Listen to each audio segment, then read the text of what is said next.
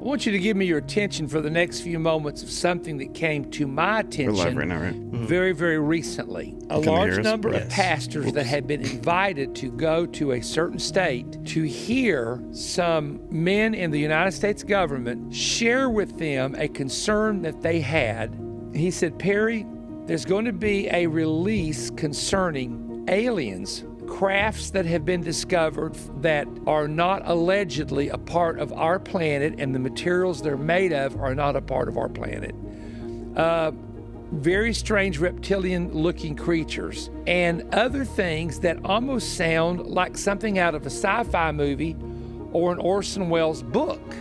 Some of the people who were in the meeting were telling us as pastors, you need to prepare your people and you need to get ready to answer them for what you're about to hear being released. This idea of people disappearing, they're setting it up so that when the return of the Lord takes place and people disappear, here's how they're going to explain it away. Alien invasion. Alien invasion. You're going to hear more about this in the future. The government's going to start releasing these papers, information. So this is going to take place. It's going to cause people to apostatize and turn. However, it's going to cause other people to question what is going on. What is this about? Are these demons? Is this a manifestation of the fallen angels that came down to the daughters of men in Noah's day, and is it being repeated in another form without the creation of the Anakim, the Rephaim, and all that kind of thing? I wanted to bring you this update and just tell you, don't be deceived by things that's happening, because there are answers to this. There was a Luciferian kingdom before Adam was ever created on the earth. I believe that. I've believed that for many years. Finis Dake, he believed in the pre-Adamic world, that there was a world before the creation of Adam, but I believe there was, but he made it a human world. It was an angelic world. That's the difference I have with that. Now, you were in that meeting, Z. Mm-hmm. Sandy and I were in a meeting with the same group of people that y'all were with. When we were in that meeting, we had a congressman that's very well known. He called in on speakerphone, and this is what he said to us in that room. He said, "Pastors, are you there? Can you hear me?" And he said, "I am begging you, please go tell your congregations that they are not ready for what is coming." My goodness. What we have seen and what we know is coming. He said, this congressman said, I have generals, I have people that have seen these things that are asking me to contact the pastors and ask the pastors, beg and plead with the pastors, please wake up your congregation and tell them they are not ready, because the church is going to fall for this lie. He is very close to Tim Burchett. Okay, he's a friend, very close friend. He said, I've had private conversations with him, and he says, what you heard me say pales in comparison to what I want to say. And he said, he said, here's where I'm at. He said, I fear, and the people that are around me in Washington fear. Our greatest fear is not what is coming. Listen to this, man. Our greatest fear is the number of Christians that are going to fall for what is about to be revealed, and they are not equipped and ready. The things we were disclosed and told, and I think we just got a part of it. You know, some of the guys we were with, and you saw this too, is they pulled out images that they personally took of entities that were in and out of light, and they were standing, and some of them had, like, I don't know, tentacle type appendages, and they were standing there very tall. And you know this, and you and I have talked about this, but right after this disclosure we had, I'm flying an aircraft, saw these orbs right out the window. We've now seen them 2 times. The first time, I mean, it made the hair on my neck stand up. I was looking at that like, this is wild. We just had this meeting, now we're looking at these things. With my own eyes, I'm seeing it. I was trying to sort it out, because when we're traveling and you see this, and as we said, the aircraft we were on began to shake when we saw them. And it was unusual. Now, maybe, like I said, it's just psychosomatic because you're seeing it and then you hit turbulence. Maybe that's all it was. But when we prayed, and there was a moment of, we're seeing it. And then this sense of severity came into where we all were. And I had a number of my team with me. We broke into the spiritual warfare. We started praying, binding things, said, you will not do X, Y, and Z. And we took authority, and the turbulence stopped, and we planed out, Larry, seeing all this stuff unfold right in front of us. And I thought, I'm an informed person. I'm a person that understands this. I just had this disclosure. I know what this is or isn't. And even if it's unexplainable, you still know what you're dealing with.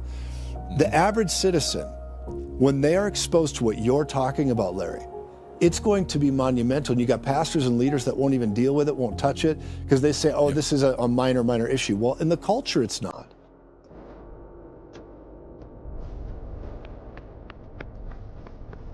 Oh, yeah. It's the Ted. In the name of Jesus, you with me? Let's go!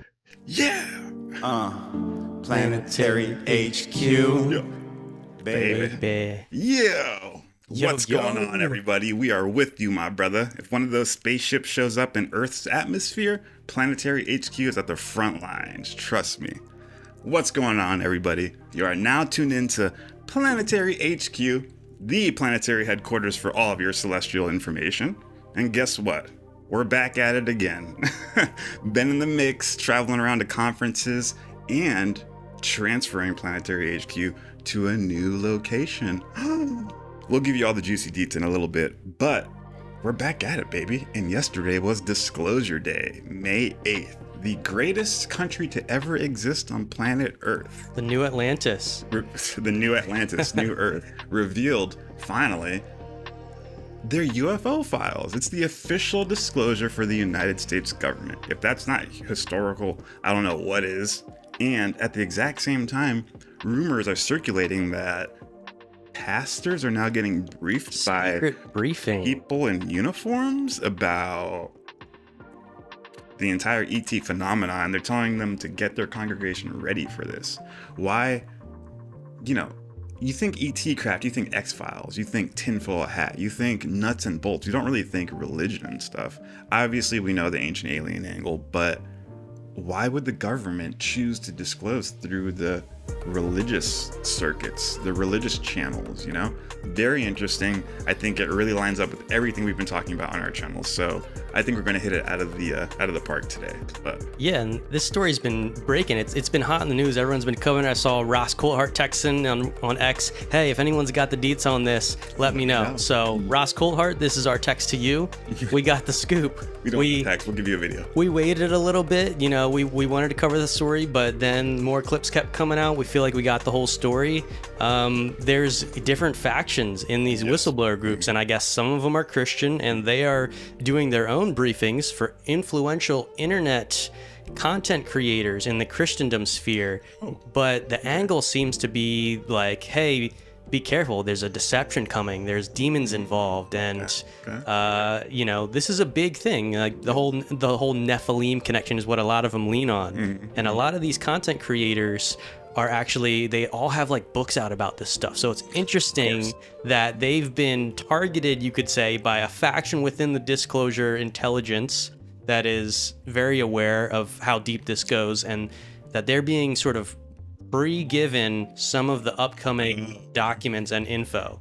And they're taking it seriously. So this is pretty big for the Christian world, and we're going to dive into those clips today. Okay, so you're saying that the Christian influencers themselves are being directly targeted by for the good UFO or for worse. deep state. I don't know if it's the deep state or if it's an independent group, but that seems to be what's happening. You can't discount that. There is definitely a narrative here. And I guess there's a question of the people pushing this narrative, giving this info to the pastors. What is their true intent? Are they actually Christians who believe this, that wanna have an influence and sort of help the Christians for this upcoming? Or is there a bit of a negative setting a narrative, trying to make the Christians believe that this is demonic? Are they trying to manipulate the Christians? Right. Interesting. We're going to go deep into all this shit. I'm so excited. I'm just excited to be back in the space. It's been a couple weeks, but shout out to everybody in the chat. Shout out to everybody who's part of Planetary HQ, because, you know, we're trying to take the planet back from the demonic evil beings. Shout out to Skywatch Signal, my brother. We were on X Spaces yesterday talking to about a good 500 people, and we were just chatting, and people were saying like, this is fake. No pastors ever got contacted by the government. And I was like, all right, dude, everybody loves to be the debunker online. It's so easy just to fire shots. There's something about humanity, You know, you want to be the monkey that sees the leopard attacking, you know, ooh, ah, ah, and you want to be like the valuable person of the tribe, you know. You want to be just the guy that calls out fear. I'm not saying that's not valuable, it is, but a lot of people place their entire identity of value into that type of character, which is good, but let's be real, if you're just that, you're not everything. You know, just because you can call it the leopard doesn't mean you can give me a systematic breakdown of the entire cosmic ascension route, you know? Yeah. So like, And just because you saw a leopard one time and you did tell the tribe before it happened and you saved some people, doesn't mean that every shadow in the bushes is a leopard. You know, that could be an alien civilization trying to contact you instead of a demon leopard trying to prey on you. Exactly. And also like just because you saw the leopard once doesn't mean you can all of a sudden start calling shots on where the food goes to and where the trade routes start going. You know what I'm saying? So this is all nice. It's great that we see UFOs. It's great that we have videos, but now we need a systematic fucking diagnostic of how this entire thing works. Going back to the beginning, I guess, we're talking about pastors and aliens and how this kind of coalesces together. I'm saying, like, when we saw this, we were like, oh man, this makes perfect sense because religion and the UFO subject is intimately connected. I know the nuts and bolts ufologists do not want to hear that. I know the people that are just about the files and the cold hard ships and I want to know the schematics and the Bob Lazar and when he goes on the plane at this time and the dates and files, you know, the UFO nuts and bolts people, just the crafts and the government's holding them behind secret programs. I agree with that. But those people are going to pull their hair out and they do not want to hear that this phenomena is literally entrenched. Not even a symbiotic relationship because they're not different beings. They're the same being. It's one. There's no symbiosis because that's two. It's one. The religion is the main energy behind all of this UFO phenomenon. I know it's hard for people to swallow.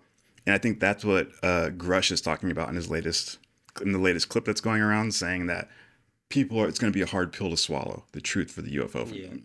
Because literally the UFOs are tied to Jesus. It's hard. I know it's a hard pill to swallow.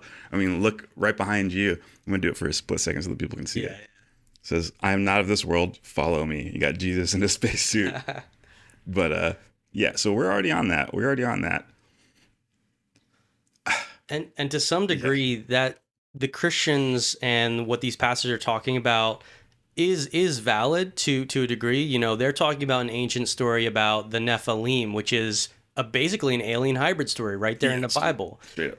But the sort of overall context and narrative behind it gets a little bit confusing because these events took place a long time in the past and they've been recorded by different traditions in that Mesopotamia area.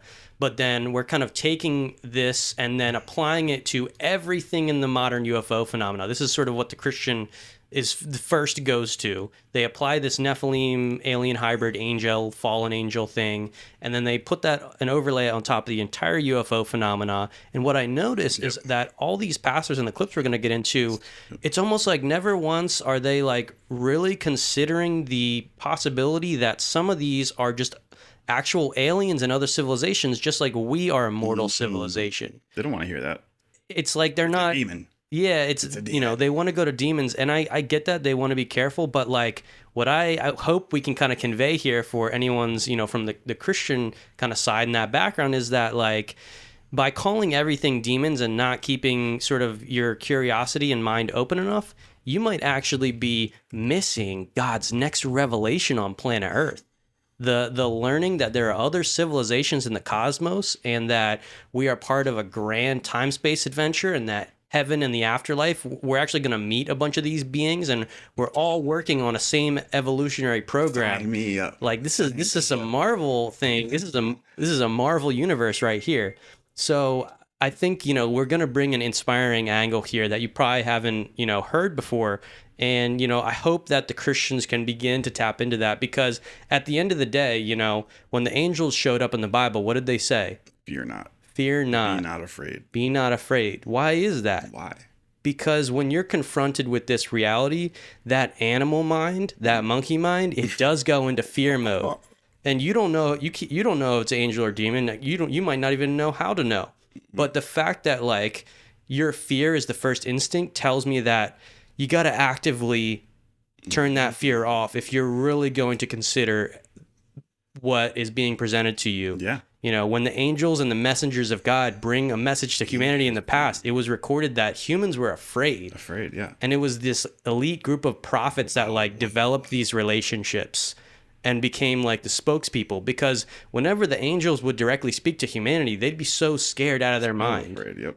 So that's kind of like what we're dealing with, is like this ancient fear. Yes.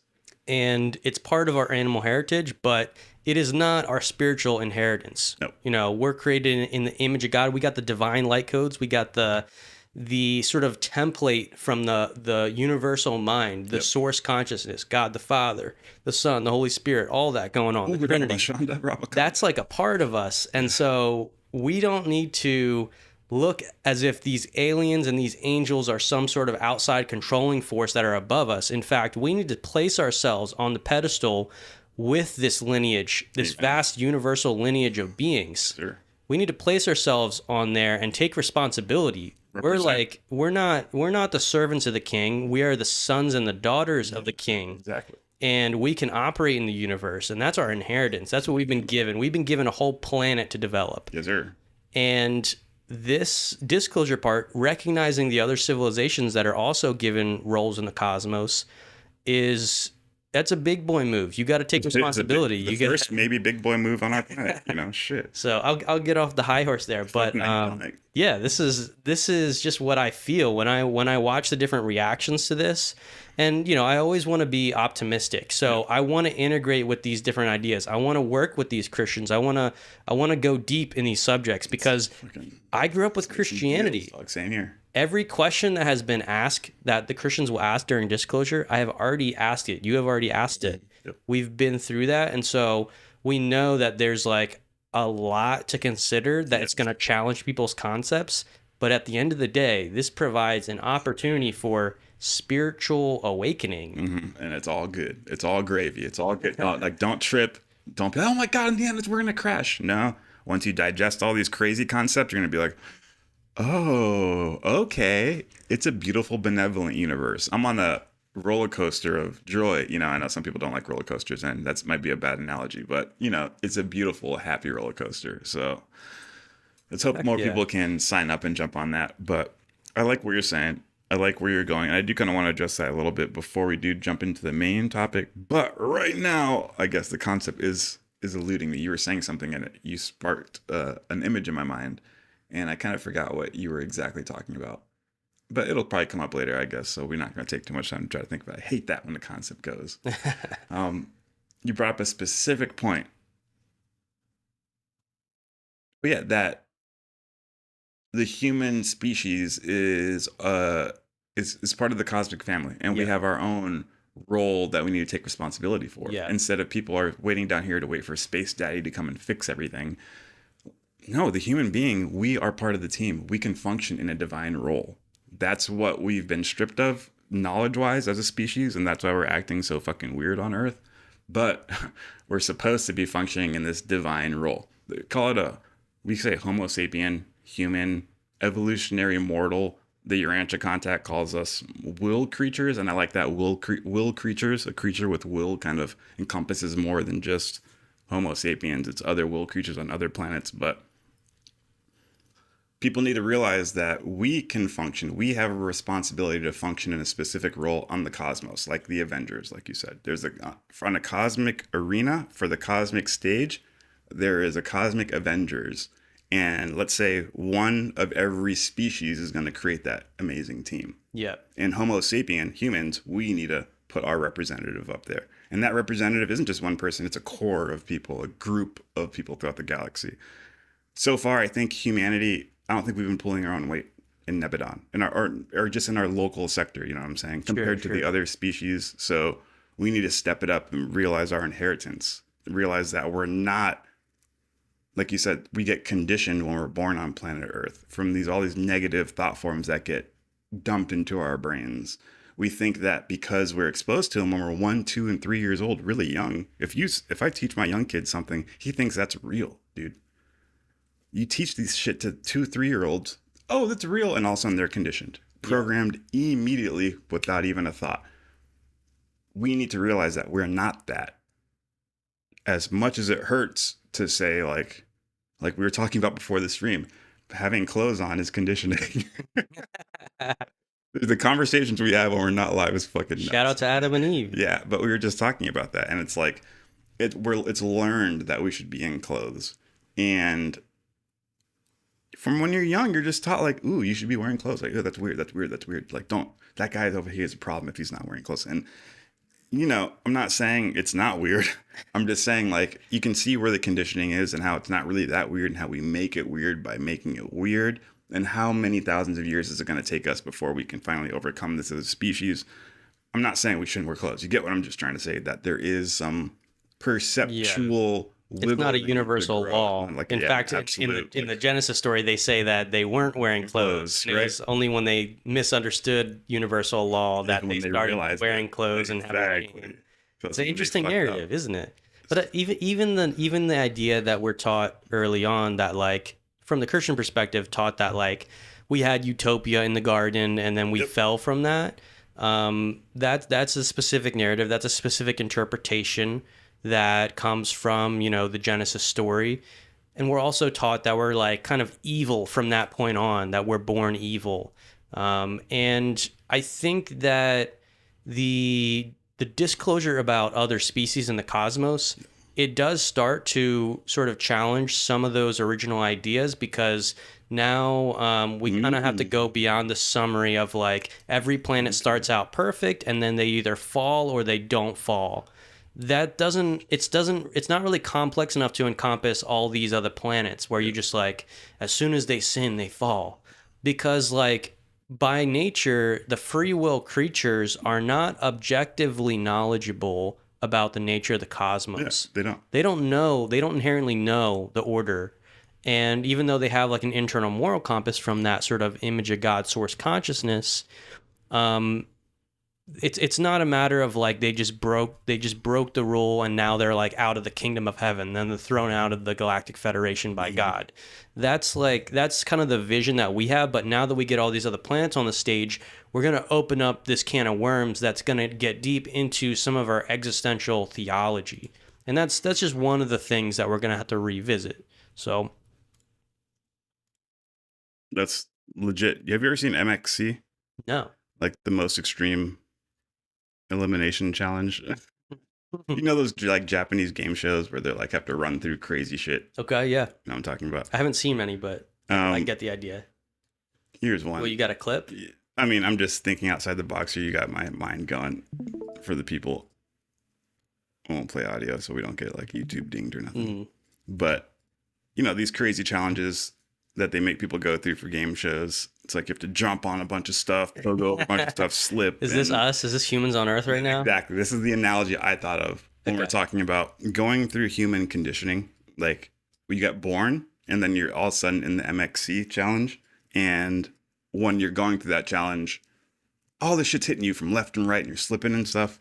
And every negative thought form, all of those thought forms that aren't, like, just regular conditioning, that is an obstacle. So we're all humans running through these mental obstacles, getting blown up. It's like, oh, you know.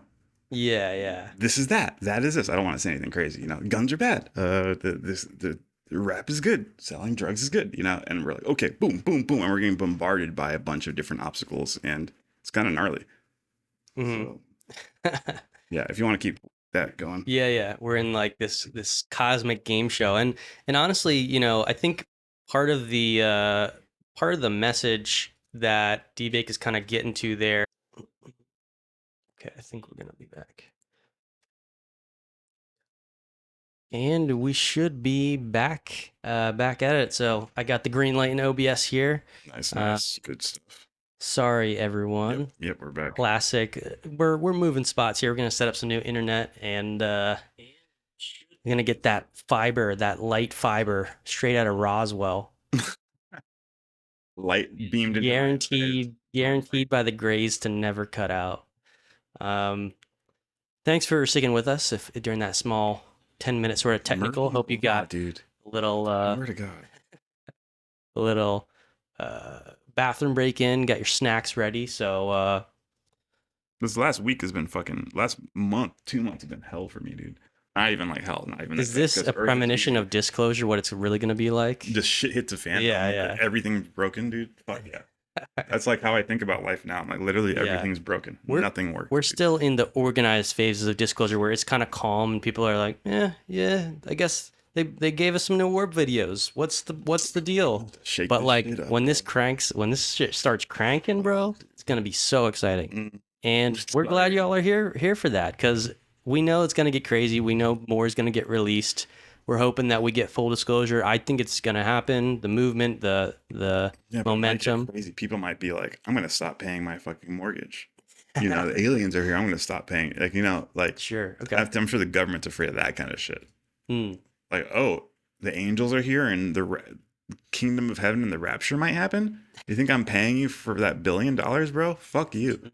And that's funny because like that's kind of the right mindset, because the $1 billion of money is fake. Hmm. That's a distortion. The we aliens set up created. the banking Yeah, system. to get to that, yeah. And that type of thinking is fake, and like that's a distortion that we kind of created on top of reality, you know? The whole monetary system, like you owe me $1 billion. We created that in our mind. That's not right, but it's there. But then let's say utopia happens in aliens land, our mind's going to revert back to the natural state. Like we don't need to worry about money because that's a facade, a distortion. But we still have to address it because it was Sure. implanted, and that sucks. We're gonna have to. It's pretty much have to deal with your own bullshit that you created. Excuse me, sorry everybody. You have to face the bullshit you created, and that's gonna suck. It's gonna be hard for us to face our own monetary system and look at it and be like, "This is wrong. Change this." You know how hard it's gonna be for us to do that, dude. Because we set up the rules of society based Yes. on an inoptimal set of conditions that we didn't really have to be Suboptimal. that suboptimal. Like, yeah, we're on a planet. We got to dig in the dirt. We got to plant seeds, grow stuff. But like, it didn't really have to get this crazy where, you know, it's in like everything's fake and arbitrary. And we think that solipsism, that we're the only person in existence because we can't prove anything, and materialism, you know, is That's sort what of you're saying. rampant. So Yeah. I was just listening to a guy talk on Tinfoil Hat podcast. Shout out to Sam Tripoli, trying to get you on the podcast, brother. He was talking about that there's like a chart they had, and they were measuring like rich people, and they said like as you become richer, you become more apathetic, or you become less compassionate. Apathy might not be the right word. It's you don't have compassion for sympathetic. You know. He said that like when you ask rich people about like if they show them like a poor, malnourished person that comes up to them, they'll be like, ugh, like, get away from me, you know, because in their mind, that's gross. Kind of forgot where I was going with this, but. Pastors versus aliens. We're back, everyone. Wow. No, the main thing I was talking about was like so the solipsism, or kind of how we're feeding into this negative sense of master slave dynamic on planet Earth. We just can't do it. I don't know. We just can't fucking do that. We can't do that. It's going to come back to me in a second. Well, it kind of reminds me of like the other day I was talking about like there are thought form patterns that arise in my head sometimes. Like when I go, it's called projection. When you start telling a story to yourself in a head, especially when you're in conflict with different people around you and you're trying to solve problems and it's frustrating, you start spinning. You can start spiraling and you start inventing things in your head that haven't happened yet. You're predicting the worst so that you feel like you can take control of the situation. And this is what's happening in the UFO phenomenon. This is kind of how the Christians are feeling right now. They're predicting the worst, which is why they're saying it's all demons, which I get that. They want to prepare and not get too excited. They don't want to open the door yet for the excitement about other civilizations. But to some degree, this is projection. This is spiraling into something that may not be entirely true. And so the purpose of that internal guiding compass, that image of God, the divine light in you, is actually to correct your thought forms. Yep. And every day I have to consciously, tap into that and be like, okay, let's make sure I'm not spiraling with fake thought forms today. Because if you sort of want to operate beyond the animal level, that's your only option. And recognizing that sort of divine connection, that your mind is connected to something cosmic, it should lift you up. But it's like, it kind of is a war for the thought forms out there. And this UFO thing is a part of that. Yeah, exactly. And I guess to kind of pick up where I left off, because I was thinking about it a lot and I was like, shit, forgot what I was saying. But we were talking about, you said like an inoptimum set of conditions that we're born into on planet Earth, And I use the rich people and their lack of empathy. That conversation I heard on the podcast as like a metaphor for what we're kind of talking about. And I guess the main point I was trying to drive home is we're conditioned to only be selfish through like this capitalist, like selfish point of view that we're conditioned to live on planet Earth, which we didn't need to get to. The world didn't need to get to this stage. In order to learn our lessons, we don't need to get to the point where every day I wake up and I'm worried about someone trying to enslave me, use my labor for underpriced, and then pay me for little to nothing. And then I have to use this to try to stay alive with my family. Like, it's a really dark situation that needs to get vanquished, and we need to have a better positive system. And I think that's part of this entire Galactic Federation integration. Oh, and I remember, that's the main reason why we started talking about this. When the aliens show up, the government's worried that we might start thinking like this. Like, oh, the aliens here, space daddy's here.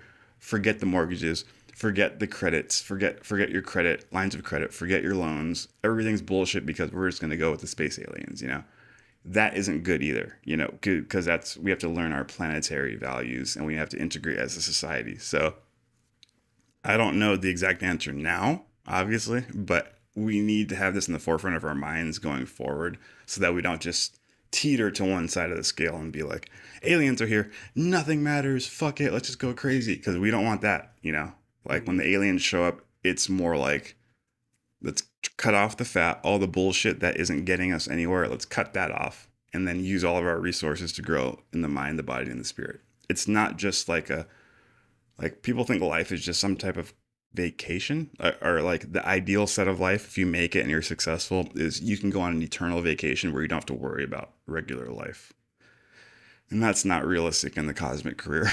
We're never just like trying to escape to a paradise so that we don't have to deal with the universe. That's not the case. There's always a lot of work and sort of discipline and things to do. Yeah, exactly. And that's what I think we need to program into people. Yeah, not the other. And to go back to the money question, is that we need to get past the idea that we're only working for a symbolic piece of coin. In the universe and the greater sort of cosmic spiritual perspective, all the work that you do has nothing to do with a symbolic form of money. It has to do with an actual form of spiritual value in the form of your personal progress and growth and your participation in the universe. That's that. Yeah. And it's only in a sort of limited animal form that we have to sort of create these symbolic forms of value, because we're trying to divvy up the resources. We're trying to divvy up a rare amount of resource production here on planet Earth. But, you could say that in the afterlife, that slowly starts to fade away, and you're no longer fighting for the resource production of food and crops.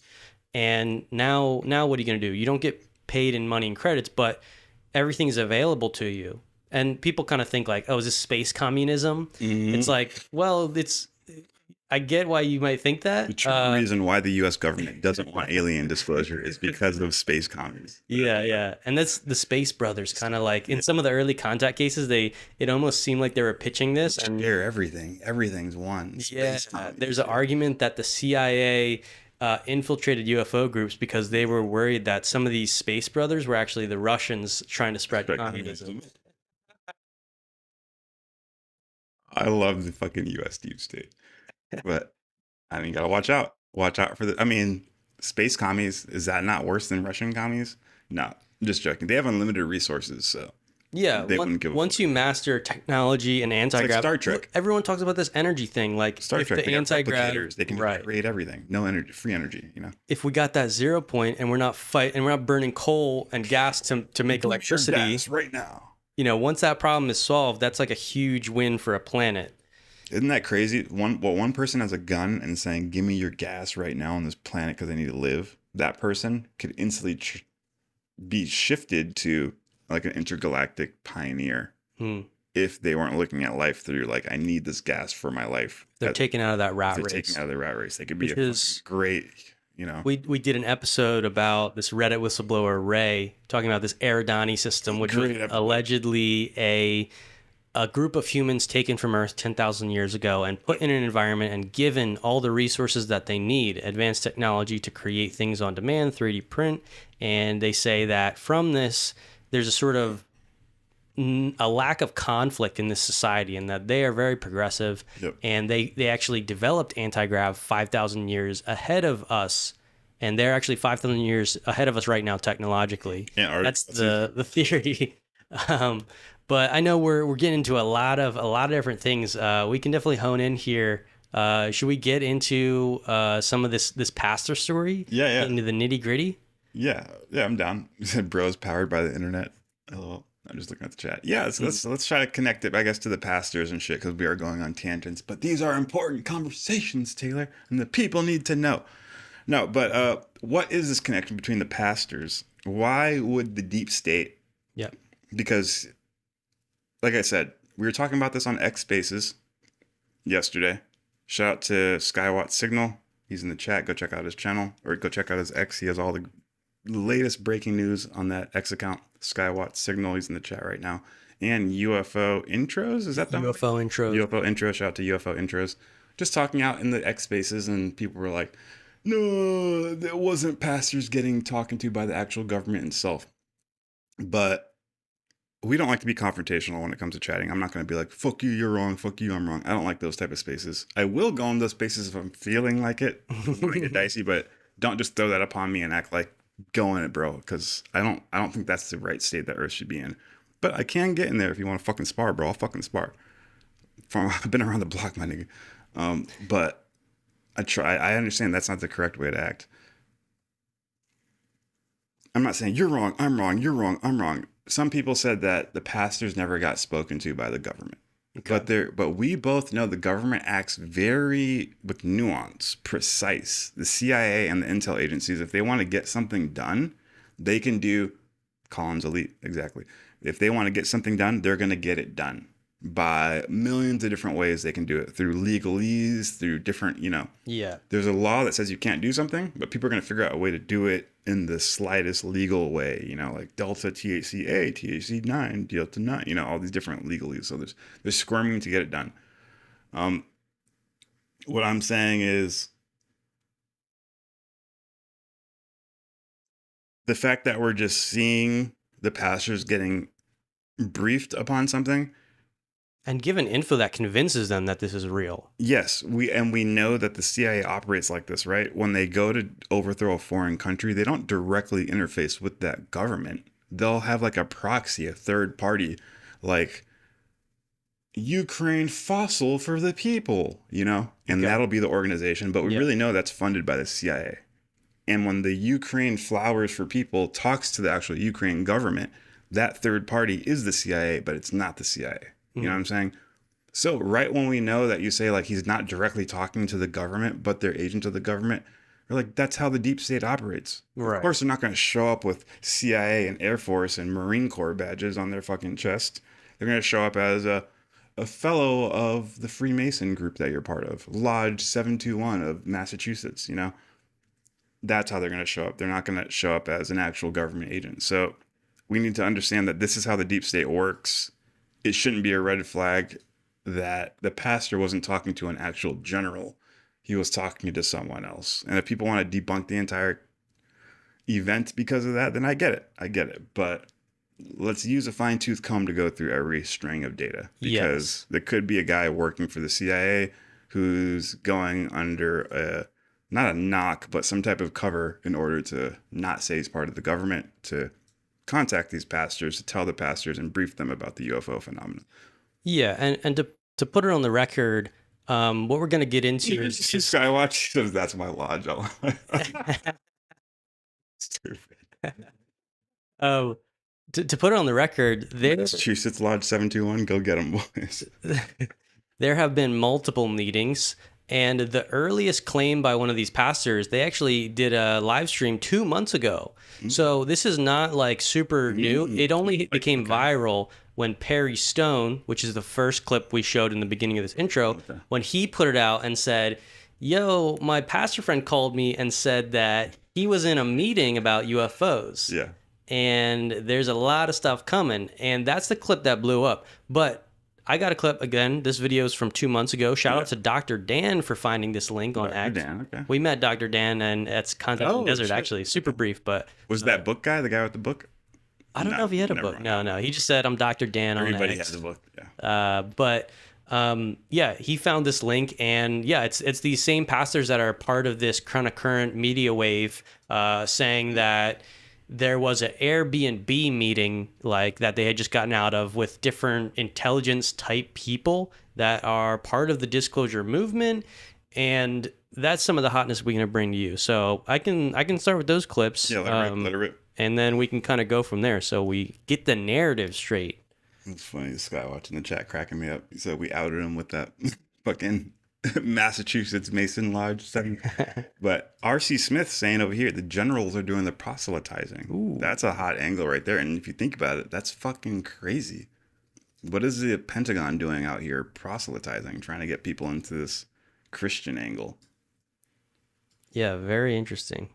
Just getting my screen set up here to share this with y'all. Okay, and let's just address the elephant in the room, okay? Okay, hit me. Everybody wants to be this, I'm the official spokesman for the UFO subject. I'm the one that you must come to. I'm logical. I'm down to earth. I'm based. I don't subscribe into any I was never a UFO guy. Exactly. I was never a UFO guy. Like, they want that guy, and it's like, fuck, you're not going to get that here. We're addressing the elephant in the room. We're Planetary HQ, bro. We're not trying to fit that template. We're fitting the template that our Father in heaven put out for us, okay? And what we're saying is, why is the pastors and shit connected? It's because Jesus Christ is literally the commander of all the UFOs. I know it sounds fucking nuts, and I say it all the time, but the kingdom of heaven that Jesus talked about is actually the universal government. Back in the day, they didn't have the term universe. They called the universe the heavens. Back in the day, they didn't have the term government. They said a kingdom. So universal government is literally the kingdom of heaven, or the Galactic Federation. And that's who Jesus was representing. When you die, you're going to go to the next stage of life. So Jesus Christ is literally the president of all the aliens. Okay. That's why it's important. It's going to, will it take us 1,000 years, or will it only take us 10 years to synthesize this information as a species? Right. If we can synthesize this in 5 years, bro, we can be Star Trek in 5-10 years. Yeah. If people are willing to swallow this pill and then fucking digest it all and be like, oh shit, I get it. I'm part of this cosmic team. Or it can take another 5,000 years. Like, I want Starship Enterprise tomorrow. I don't want my great grandkid to be on it. I want to be on it, you know? So like, that's why I dropped the elephant in the room. Jesus is a UFO commander. And that's why it's important for the pastors to fucking get the word, get the memo out. How are you going to integrate a planet? They know about Jesus and they know about his story, but they don't know about UFOs. Really? Sir, about 75% of the planet. Oh, Lord, how are we going to do this? Just rip the Band-Aid off, tell him he's a UFO commander. Think that's going to work? That's going to be the quickest way, sir. Okay. And it's funny because some of the clips we're going to show is they specifically, are afraid that the narrative that is going to be taught or pushed out during this disclosure phase is that Jesus was a star person, that he was an alien, not a divine being. And so little do they know. No, they're saying that they're going to just say he's an alien, not like a divine being. Okay. And Planetary HQ's coming in being like, yo guys, we get it. We're not trying to make Jesus an alien, but there's a little more to the Jesus story than you think, and it does include the concept of aliens and other civilizations. Yes. how do we place Jesus in this hierarchy when, because it's, let's be valid here. If aliens have been visiting our planet for quite some time, how would these ancient people know the difference between an alien, an angel, or like somebody that's incarnated, that's like sort of saying that they're this divine being? Like, how do they make that difference? Like, we're not expecting any of them to like know for sure what's really happening, but we know that the way that they wrote it down was interesting. The best that they could conceive was that these were gods. Yeah. So some of these accounts could have been aliens. We're not discounting that there was a lot of angelic celestial encounters. No. We're actually mapping this out. We're taking these in phases. Yep. They're mixed, and they're all a part of this sort of divine cosmic play that we are a part of, that we've been given planet Earth to fulfill our role. But, we're going to have to go beyond our ancient text to really get answers to this. So let's dive in and see what these pastors, how do they describe this first secret meeting? Like I said, this video was posted 2 months ago before you even knew this was happening. And here's a clip. But we're not having this conversation by accident. Come on, Ellen. You and I recently just had a clandestine meeting in the middle of the woods. We did. That's the way it felt like when you're driving That's out what it there felt like. at an Airbnb in the middle of nowhere, Tennessee. Yep. And it was a very serious meeting. I mean, was. we're not having this conversation today just because we're trying to find something to talk about. Yep. This was some information that filled in some spaces, filled in some holes with people who know what they're talking about. We had to turn our phones on airplane mode. We did. This was a very, I don't want to say confidential, very confidential meeting. It was. To the point that I was making sure, I was taking concerns and making sure I wasn't followed on the way home. Yeah, literally. It was an interesting conversation. So we're going to be, in a veiled way, because there's some things we can't disclose. That's right. That we're going to be sharing some things that we learned in the last 24 hours. So guys, I'm telling you, this is an important conversation. It is. You don't want to miss. Yeah, and I'll say it this way. Let me frame it this way too. First of all, we were approached because of both of our programs. Yes. And some of the prophetic things I've shared and the reams of information you've put out over the several years. And not only that, this is just going to be part one, but you and I are going to come together. We're going to do a major broadcast on this where we give more details. This is kind of like right out of the gate talking about some of these things. So we're going to get into it, but I want to say you're going to want to repost this. You're going to want to share this. So, okay, that's the intro context. They were at this they said they just got out of this Airbnb meeting in the woods, and I thought that was interesting. They said they approached us because of our content that we've put out, the books that we wrote. Like because they, and I looked at these authors. If you look them up on Amazon, this is Joseph C. and I think Alan Daddario or something. And they talk a lot about the whole pre-flood world, the Nephilim and the fallen angels, the Watchers, Enoch. And so it's interesting that you go, okay, so this is the group that this unknown party that may be connected to the U.S. government has chosen to like get the UFO information to then spread to the wider world of Christendom. Yep. And I get that. I'm not saying that automatically makes it a psyop, because think of it like this. The closest Christians have to understanding aliens is the book of Enoch and that Nephilim quote, when the sons of God came down to the daughters of men and bore children, and it was the mighty men of old. It was the Nephilim. Oh, look who we have. We have a special guest. What's going on, Gino? We got the Y-Files in the building for all the listeners. What's going on, brother? I can't hear shit. One sec. I love one that. sec. His first words, I can't hear shit. The people can hear you. What's up, brother? That's All brother right, Gino. on this fucking stream. If you guys are Y-Files He fans, can't hear it. 1 sec. then Yo, Gino, we're live streaming right now. I don't know if I can try and route the audio to you, but we're on YouTube. No. Go do ahead. something for the people, dude. Yeah, I'm gonna put you on mute, but just you can stay in here and listen. That's hilarious. Yeah, we got Gino in the chat. That's our brother right there. He's doing big things, man. Brother from I'm another just coming mother. back for Jeremy Corbell's premiere Ooh, of Sleeping Dog. hell Oh, yeah. no shit. His like the actual initial premiere with everybody, like red carpet shit. Yeah, it wasn't red carpety, but up in Ojai, California. Me, Nice. him, Nice. George Nice. Knapp, and Dave Foley. Damn, that's sick, dog. Hell yeah, that's dope. Should have got that Yeah. on the Where's Gino, man.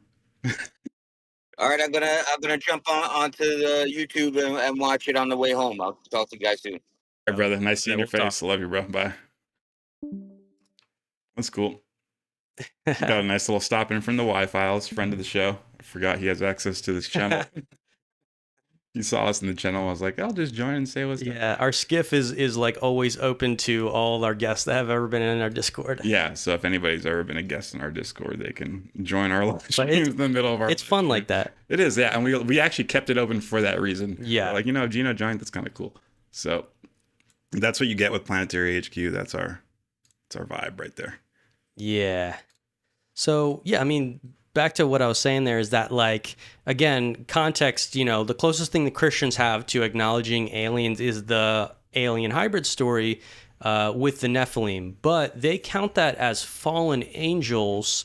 And so from that theme, and they even, the whole story of the flood, that God floods the earth, part of the Enoch narrative is that God flooded the earth because of this alien hybrid thing got so crazy. And he's like, yo, Fuck it. Earth is for my people. Why the fallen angels and the Watchers were not supposed to procreate. These hybrids need to go. Out. That's the narrative. That's the story in the Christian theology on part of the big reason why this world flood happened. Right? That's an interesting way to put it, because they would be like, "What the fuck?" No, but you're right. That is what it is. He wanted to flood the world because all these hybrids are going too crazy, fucking each other in the butt. Right? Because of sodomy and all this shit. And then Was that Sodom and Gomorrah? Was that during the same time? That was No, different that's time. earlier. I thought those sins were still attributed to The giants. Well, the cannibal in Enoch, they say like Maybe the I'm giants were getting ahead of like. myself. I don't think the giants were doing sodomy. sodomy. I'm crossing wires right now in my brain, So, making it hot. but yeah, Is that hot? I don't know. Whatever. that's not hot. That's kind of gross. Giant anal sack. All right. Back to Okay, so I, run through a couple more clips. Again, these are the Nephilim content creators. Okay, so the government people that know about disclosure, who may be Christians themselves, are targeting them, organizing these meetings. Right. So next clip. This is some of their Yeah, context this is that something they're we've giving. been talking about for years. Is disclosure going to happen? And there seems to be a full court press by the government and all of its agencies, both disclosed and non-disclosed, including Hollywood, to prepare Americans for disclosure. And as a result of the masterful job that they have done, by the way, and I'm not saying that as a compliment, but as the masterful job, there's going to be a lot of people who are unmoved by this. I think this will be the kind of a masterful ripple, manipulation. not a is what wave, he means. whenever they do this. Because Yeah. Yeah, he's like, Hollywood's killing it. People are already ready. But he's saying they're using that as a barrier for the UFO entrance. You know, He's saying they prepared the preparing people like through that. Hollywood, and he goes on to talk about Disclosure so Day. they don't react to it. Right. That's what he's saying. Yes. So it's like you beat a dead horse. You keep saying the same shit. Yeah. They don't react to it. You don't give them proof until one Oh point. my God. Is that the psyop? Add as much noise as possible so that everything they look at, they think it's noise. Well, think of it. This is my take. Recreate the narrative through science fiction, Yes. but then go on to reveal that aliens are real, That's and exactly. immediately the ideas of the science fiction get attached to the real. Aliens are real. Connected. Exactly. They don't even have to Dude, tell us that's what the they know biggest about map in the world. aliens because they've already pre-programmed us. That's why all the 9/11 predictive programming that happens, they do that because if you start, because they attach it to that fairy tale, right? So that when it actually happens and you talk about it, people will look at you and be like, "That's fairy tale." You know what I'm saying? Yeah. That's the angle behind predictive programming. Yeah. That's Isn't why it both now? it's both. They used it to tell us it was a fairy You can tale, go back and forth, but they also are using it to pre-program us when they tell us the that's aliens are fucking real. nuts, dude. That's like having your cake and eating it too. Exactly, dude. These Is that- I don't think levels that's of the right psyop- phrase, but- No, but you're right. The levels of psyop that it's going is Yeah. crazy, bro. They're playing both sides of the coin. And then they just flip it whenever they can use the other side. Yes, that's not good. That's like And we're just- double-sided tape. Yeah, and we're just double-sided slaves. That's like USB-C. Yeah, we're getting fucked, bro. We're getting fucked in the ass, and we go, no, stop. Oh, it's okay. And then we get fucked in the mouth for a bit. And we're like, oh, shit, no, we don't want that. Then we go back to getting fucked in the ass. And we're like, they're both bad. We should stop both of them. Sorry about those vulgar metaphors, but Jesus Christ, dude. Yeah, these thought forms are heavy. I mean, that's what's happening. Now, get this. They even say there's a secret group that wants to make sure the church is prepared. Let's check it out. Yeah, and I need to say the reason why we're being notified about this is that there are people who are working in agencies with agencies who want to make sure the church is prepared. The Vatican. That's right. To give an answer. Yes. We Antarctic can't Nazis. be taken back on our heels when this information comes out. We've got to begin teaching our congregations now Yes. what the Bible says Yeah. about non-human intelligence. Because there is a lot of stuff in the Bible about non-human intelligence. There sure is. And if we wait until the disclosure comes, what these individuals are concerned about is that many will fall away. Yes. And so they want us to begin teaching, and thankfully we're sitting in the room. Hear that? They said there's people. Let's maybe run it back. There's people within and I need to say agencies the working with reason Why we're agencies. being notified about this is that there are people who are working in. There's people who are working in agencies with agencies. They're using aliases because they're part of the disclosure. It's kind of dangerous for them. But the main line that they convince these pastors with is, hey guys, we're afraid that the Christians are going to fall away from the faith. Now listen to us, because what we're going to tell you is true. It's demons. Yeah.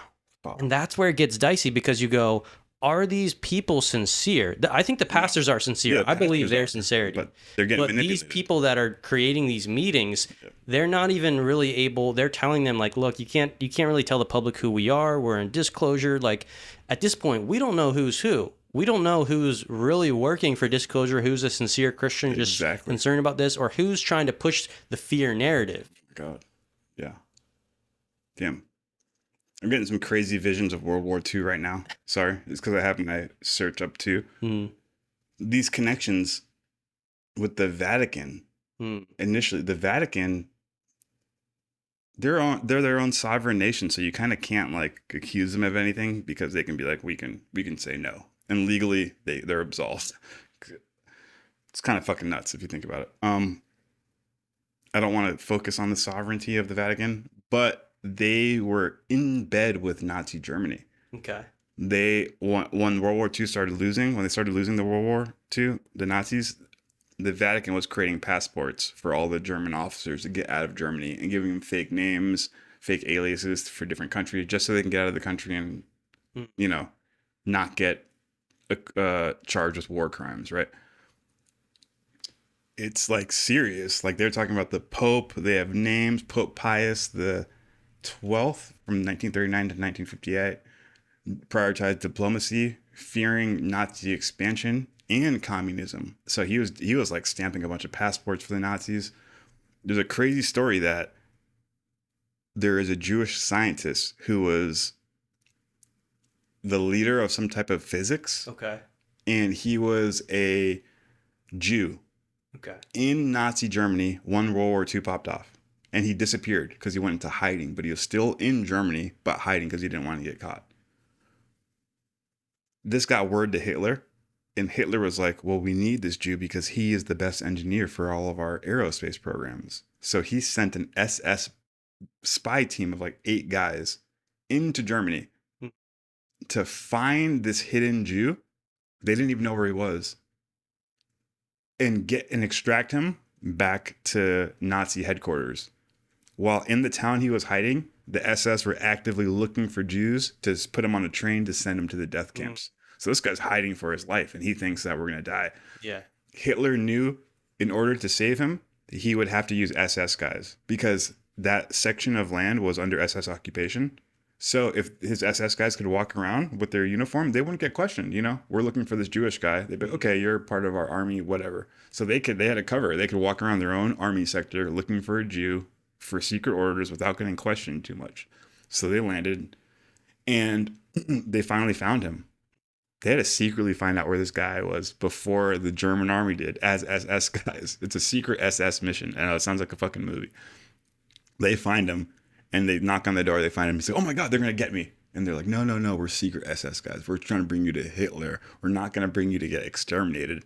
And, trying to convince this guy, he wasn't believing him for shit. He's like, no, you're going to kill me. They eventually convinced him, I guess with money. And they're like, we're going to give you a fuckload of money, and we're going to make sure your family is okay. He's like, really? And they successfully got him out, and they got him to this fucking mission, whatever. So that's a crazy account that Hitler approved a special SS mission coordinated by SS troops to retrieve a Jewish person which is totally against the Nazi ideology, you know? So what I'm telling you is that there are a lot of people when you get to that higher up elite level that are willing to turn a blind eye toward their ideologies in order to get agendas pushed forward, you know? And understanding that also with the Vatican aspect of getting Nazis out of the Nazi World War and into the greater world without them getting charged with war crimes. If we can attach all that together, then we start to understand how what initially got us started on this. Oh, the pastors and the aliens. Yeah, how the Vatican itself is entrenched with the alien subject. Okay. And then we know that the Hitler and the Nazis supposedly got contact from the alien people. And that's why they started the whole World War II thing, because they thought they were the supreme galactic race and they were in contact with aliens. And that's, you know, the whole story where they got mental communication through these girls in order to build the Hanabu aircraft that their flying saucer discs that they went underground in Antarctica with. I know I'm saying a lot of shit really quickly right now, but you're connecting all these large concepts on a big picture. We can kind of see how the Vatican and the Christian religion itself is really entrenched in this ancient ET landing theory, and that the Vatican has been acting as the intelligence organization before the CIA. Before the CIA running with existed. this. I'm gonna go to the bathroom. Yeah, before the CIA existed, the Vatican was in charge of going around the entire world and gathering all the intel, collecting all the intelligence from all the different religions, from all the different social groups, coordinating this and putting it in a way that the Pope or anybody in the elite strata of the Vatican can understand. So they were intelligence gathering already from the religious Christian side. If we're looking at the religious institutes as its own little corner of society, and then looking at the secular groups as its different corner of society, you know, separation of church and state, then we can kind of see that this government is using the religious institutions to interface with what we're calling spiritual reality, or what we're currently calling in modern society the UFO phenomena. So even since back in the day, the Vatican has kind of been shady. That spiritual or Judeo-Christian institutions have been not only gathering data on this celestial interaction between humanity and the alien species, but also doing some dark plays in the background during government world wars and serious historical events on planet Earth. And some people would question these events. I'm not saying that a pope creating a passport for a Nazi in 1942 or 1943 is a good thing or a bad thing. I'm just saying that we know that the religious institutions are already in bed with other institutions that are already in bed with the alien phenomena. Yeah, I know, that's how it is. That's how it is. This is a very dicey and complex subject. And if you really want to see it for what it is, you have to look at it from the top down. You have to see all the concepts from the top down. So that's what we're talking about. And let's keep going with it. Shout out to the chat. Need to check in. What's up? The Thule Society and Theosophy. Exactly. Honestly, exactly. See, I'm over here. I don't even want to repeat you guys' comments right now. The Vatican used rat tunnels to help Nazis escape. True. The Black Pope of the Jesuits. You know me. I want to go so deep right now, but I'm worried if the words I speak might get triggered by some weird algorithm, but it gets so deep and complex. The creation of Israel, fucking Zionism, and are they willing to sacrifice their own people to create their own state? It is weird how the entire Judeo-Christian religion was created by aliens.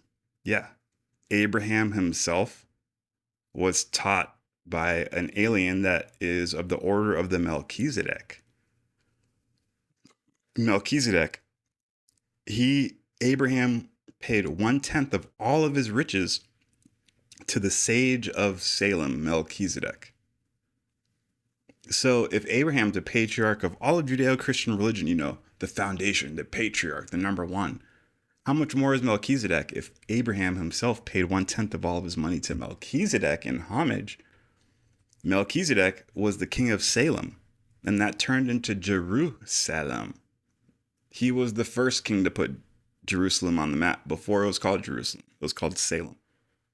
So Melchizedek was an alien being, an ET, that landed on our planet about 6,000 years ago and taught Abraham everything he knew about the galactic organization so that Abraham could create, you know, we don't want to call it a religion, but a group of people who understood this.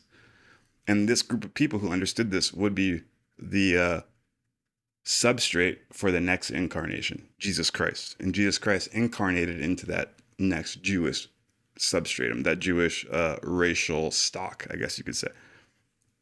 So the aliens are very interested in how our planet evolves, how our planet perceives the cosmos, and they put a lot of resources towards trying to teach us how the galactic organization is integrated and how we're a part of it.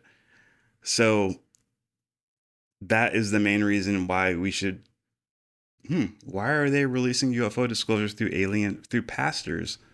Because the UFO phenomena, Judeo-Christianity, all of human religion was started by beings who landed from the stars. That's why.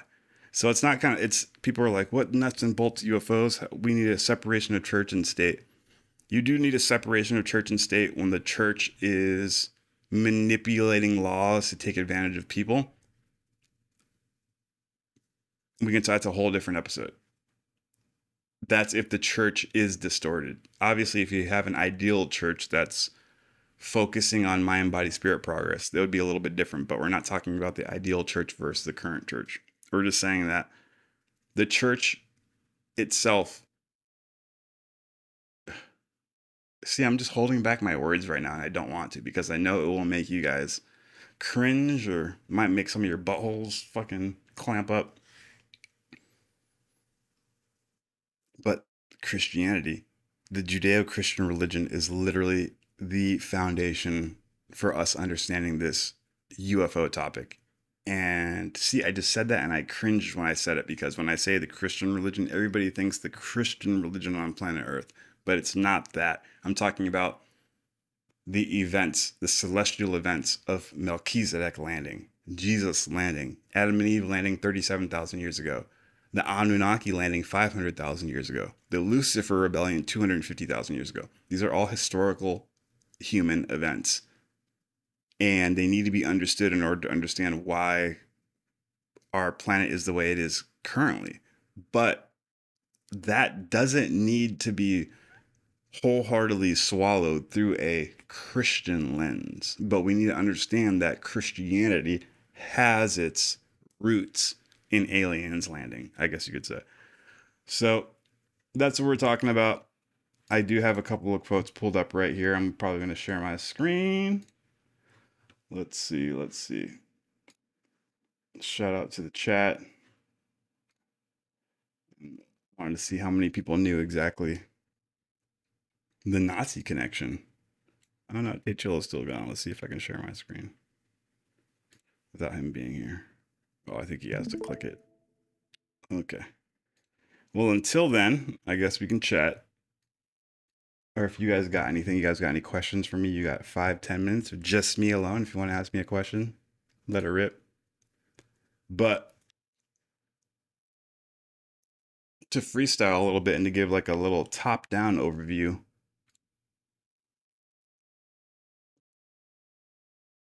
the entire universe is sectored out and federated, okay? Just like the United States has 50 different states, and we have governors and mayors over different sectors, and all these governors and mayors answer to a hierarchy up to the president of the United States. That is the same mental picture we should use for the cosmos. The cosmos, just like the United States, has different sectors. Not 50 states, but it has more than 50 sectors. And there's a celestial being in charge of every sector And the celestial being that was in charge of our sector, his name was Lucifer. Okay. 200,000 years ago, Lucifer decided to rebel against the greater cosmos, and he wanted to create his own galactic federation. He wanted to create his own universal government. He wanted to create his own kingdom of heaven, if you want to call it that. According to our studies, he successfully captured 37 different planets, and that is why there is a current war in heaven, or Star Wars, call it what you want.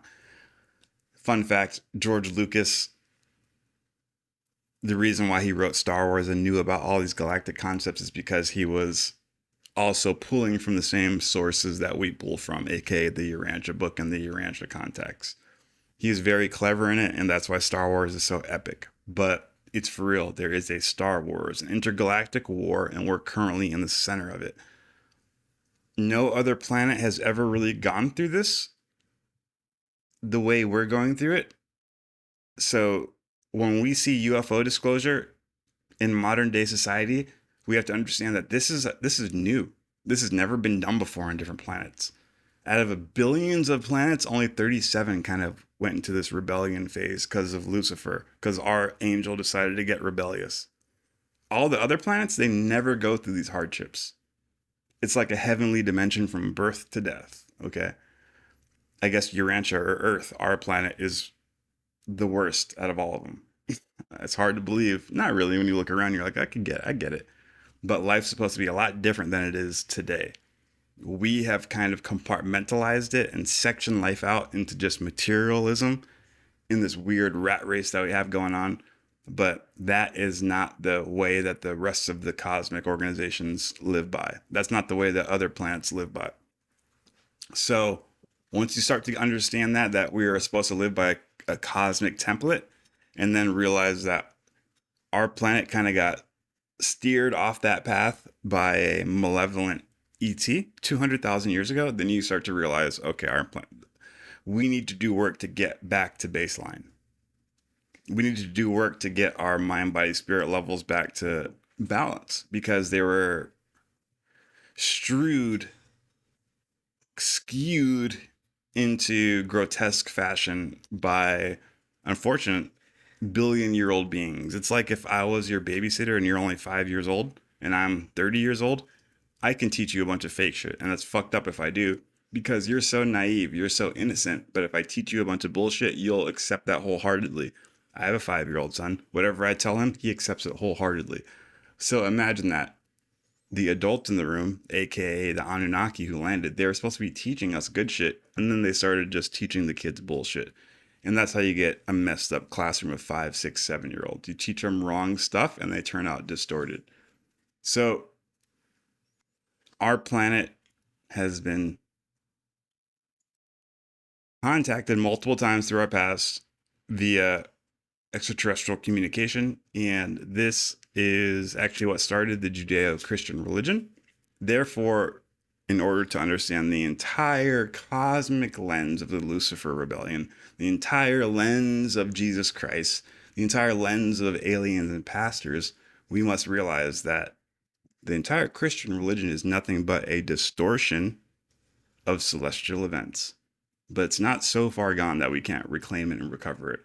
It has a lot of good meat and potatoes, but if we just fix the tiny minutia points, then I think we'll have a correct and clear view. But it's going to be hard unless people are willing to swallow that pill. You know, dude, it's hilarious because a lot of the things that you said are the Christians also address in the same video, but you get to see it from their side. Yeah, and it's hilarious because the clip we're about to watch. Unless is the clip that you got something that you want to head in now, or should we keep running through this? I did have a clip that's funny, but no, we can hit what you want to hit. All right, so here's the clip. This is the Christian's response to literally the last 10 minutes of what D-Bake said. So this is gonna be great. Tune in from your phone. You don't want to miss this. Okay, here we go. This is one of the primary sort of concerns or fears on the Christian side of this upcoming narrative. So here it is. And the real truth, and this is kind of why we talk about it, is because ultimately this is to deny Jesus. That's where this is headed. You see all this commentary that you hear over and over again. I'm thinking of many different books that have come out where people say the Anunnaki planted us here. We see all these different scenarios where they say everything you see that's supernatural in the sky in the Bible is really a UFO, an ancient UFO. Ezekiel's wheel within a wheel, definitely a UFO. They go down that avenue. We were created we created man in our image and likeness. They're saying that we were seeded and planted here. And many in this UFO disclosure community, whenever Christians say, well, what we're seeing is just demons, they scoff at it. And they say, demons, you're in the way of what we want to bring about. They're trying to get us to a higher enlightenment, a higher consciousness, to say these things are coming to earth, and Christians are really in the way.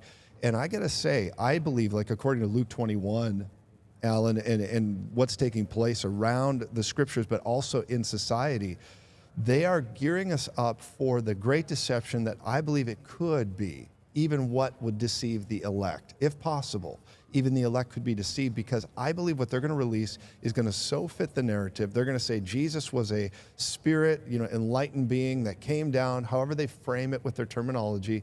He came down and he was one of these star people. And they're going to go down this whole avenue, and they're going to try to lay over Scripture all of their narrative, which is really demonic in origin. Can you share some of that? Yeah, and they're not going to be defamatory. They're not going to attack Christianity. They're going to say, oh, you're close. You're close. You're close. Here's what actually happened. Come on. Yeah, Here's Alan, what really right. happened. And I've written about this, I believe, in Summoning the Demon, but for decades, for a well, very you long have the time. other book. What is it? Antichrist? Yeah.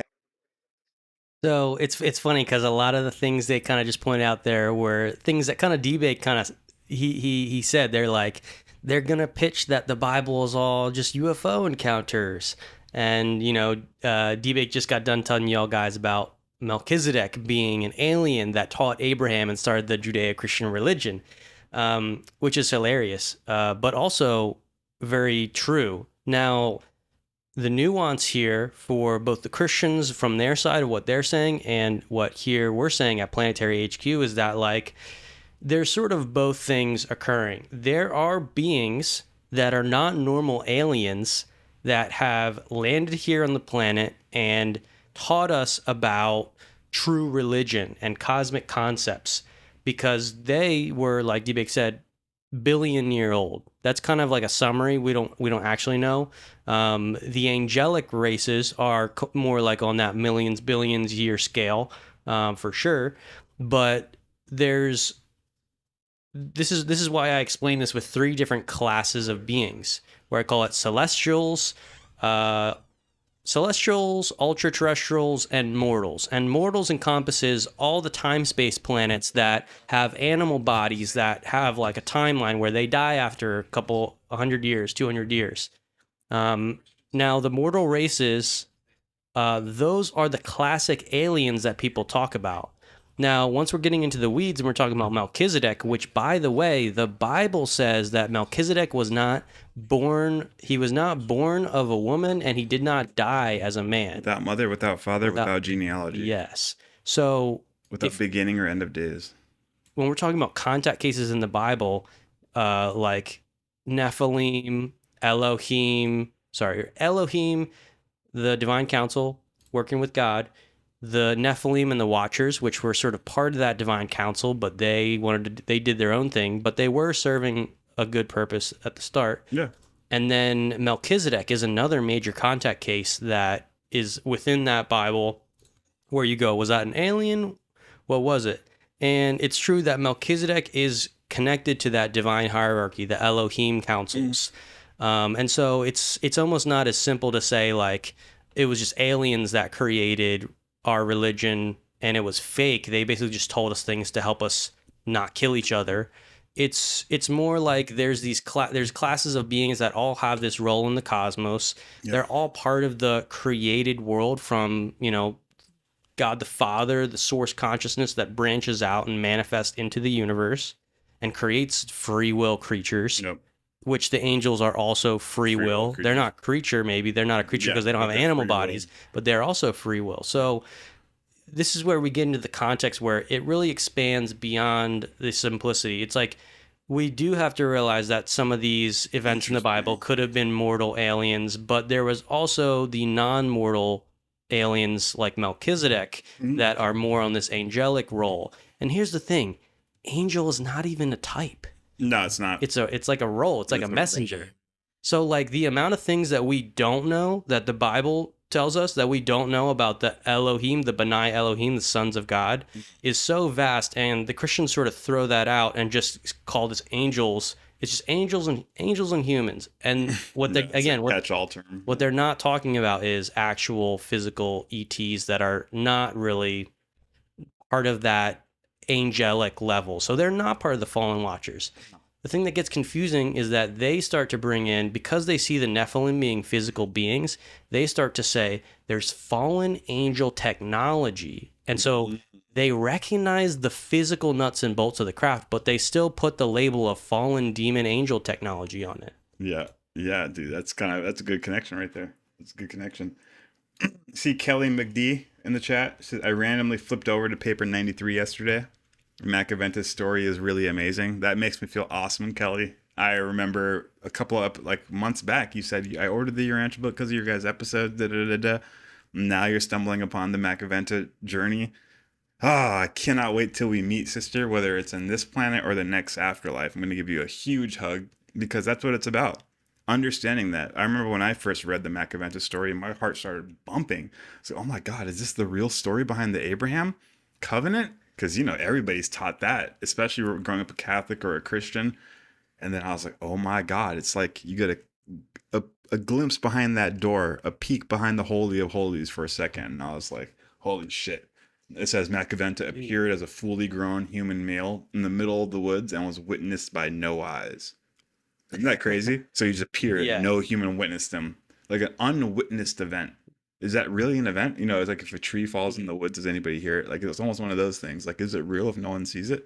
He did. And if no one saw it, then the reason it says that in the Bible is because Melchizedek told them something about himself. Exactly. I am without father. I am without father. I wasn't born like you. I am from another order of life, but I come here to teach you about true cosmos, the father. Cosmos, El Elyon. Yeah, and the thing is, and imagine a fully, he appeared as a grown man, so I'm guessing 30, 25, 30, 35, whatever. Mm-hmm. Imagine me and you appearing out of the woods. If someone your age or my age would come, I'd be like, shut up, bro. You shut the fuck up. You ain't nobody. You're just a random guy in the woods. You're trying to, okay, guy, relax. You're just a fucking homie, And then he's really the El Elyon teacher, that's actually a guy who just appeared in the woods 30 minutes before you saw him, Mm-hmm. That's kind of crazy to think about. But yeah, so Kelly, I know that blew my mind out. So I guess to try to tie it into what these pastors are talking about, I got my little thing up if you want to share it for the people, unless you got something to say. Yeah, no, let's hit it. And, we'll get back to some of these clips because he does go on to talk about the technology. But let's cut this in. Oh, we're going to talk about Melchizedek here? No, we will get to Melchizedek just for Kelly. But I just want to tie, like I said, the Christian religion to the UFO phenomena. Mm-hmm. There's a lot of questions. Literally, this is an open field where no one's really trying to place fucking historical architecture, and we're over here Planetary HQ, first one, we're gonna fucking make it, Planting first that flag pyramid. on the moon. Exactly. Yes. That exactly. ontological Planting connective the ontological tissue. flag on the moon. Did we lose? No, we didn't lose anything. Cool. We're good on the connection's kind of low, but. What are all these? I'm not over here. I'm not gonna try to preface it, dude. Because over here, I fucking how do I say it for the people and shit? That's right. It's bullshit. How about that? How about niggas got questions, and this could answer some of them? How about that? Fuck trying to have a Hollywood preface for it. So if we're trying to integrate Jesus Christ with the ET phenomena, there's a weird thing that this fucking, I would say, the crown jewel of UFO contact cases. Okay. The Urantia contacts. 1911? Are you kidding me? Before World War I? This is early. Before computers, and they talk about computers. They even try to explain computers to us. 1911 to 1935. The last contact. 196 contacts compiled into one contact. They call it the Urantia book. We like to call it the Urantia contacts. But it says all of these ETs, there's a shitload of planets out there, and they all have the same religion. When I read that, I was like, wait, what? Are you fucking kidding me? We can't even figure that out on here on one planet. We have a bunch of different religions on one planet, and they're like, no. Well, that's because your planet's fucked up. And we'll explain to you how your planet's fucked up, but first you need to realize that all planets have one religion. And you're like, that makes sense. And they go, yeah, there is an actual universal reality that you can fucking see.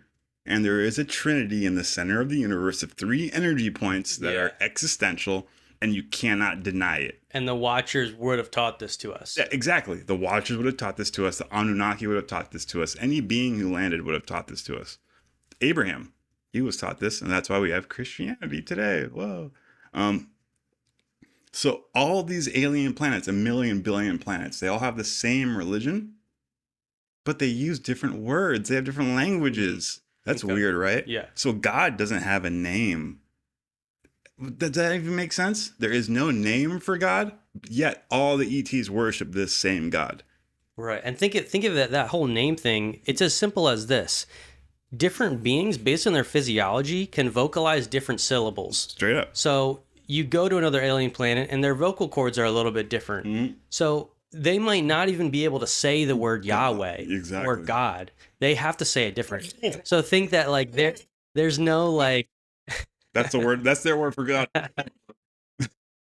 There is no absolute linguistic term for God. And it's because language is relative. Yes. Relative to so many things, like the syllables that you can make with your physiology. Yes. Relative to the way we've chosen to symbolically represent ideas and thought forms. Cuneiform is probably a different way to say God than, the modern English. Like, how do you say God in a cuneiform? Maybe it's not even a specific word. It's like these pictures. Oh. Yeah, I know. Not to go there. Yeah. So yeah, that's exactly there is no name. However, I do think that some of these celestial beings, like Melchizedek, they made up a name for us. Yeah. And but they also taught us that, that this God, this infinity, this source, is much bigger than the name. Oh yeah. Uh-huh. And that also kind of ties into the demiurge concept, the whole Gnosticism that Yahweh from the Bible is actually an evil entity. Okay. And that we have to fight against him to get out of the trap, and Lucifer was our savior.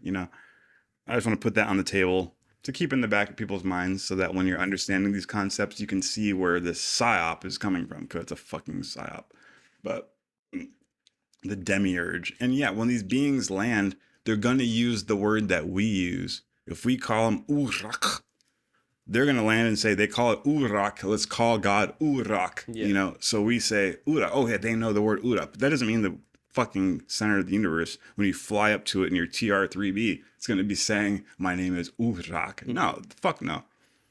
It doesn't matter. And that main point, I think, should totally dissolve any tension between different people of different colors, races, creed, traditions.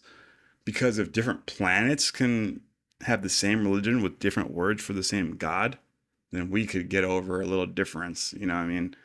So this is from the Urantia Contacts. It's actually from paper 1, part 1, paragraph 111. And the first paper in this book talks about God and extraterrestrials. It acknowledges both of these facts of the universe. Yep. Damn. Paper 1, the Universal Father. I love how they started off with that. Yep. I'm not going to read from the very beginning, but it's just amazing. The Universal Father is the God of all creation, the first source and center of all things and beings. First, think of God as a creator, then as a controller, then lastly, as an infinite upholder.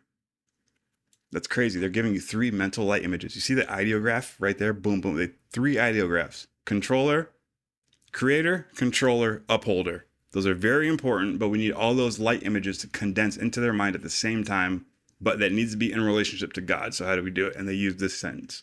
First, think of God as a creator, then a controller, then an upholder. They are different, but you need to understand them all to understand God.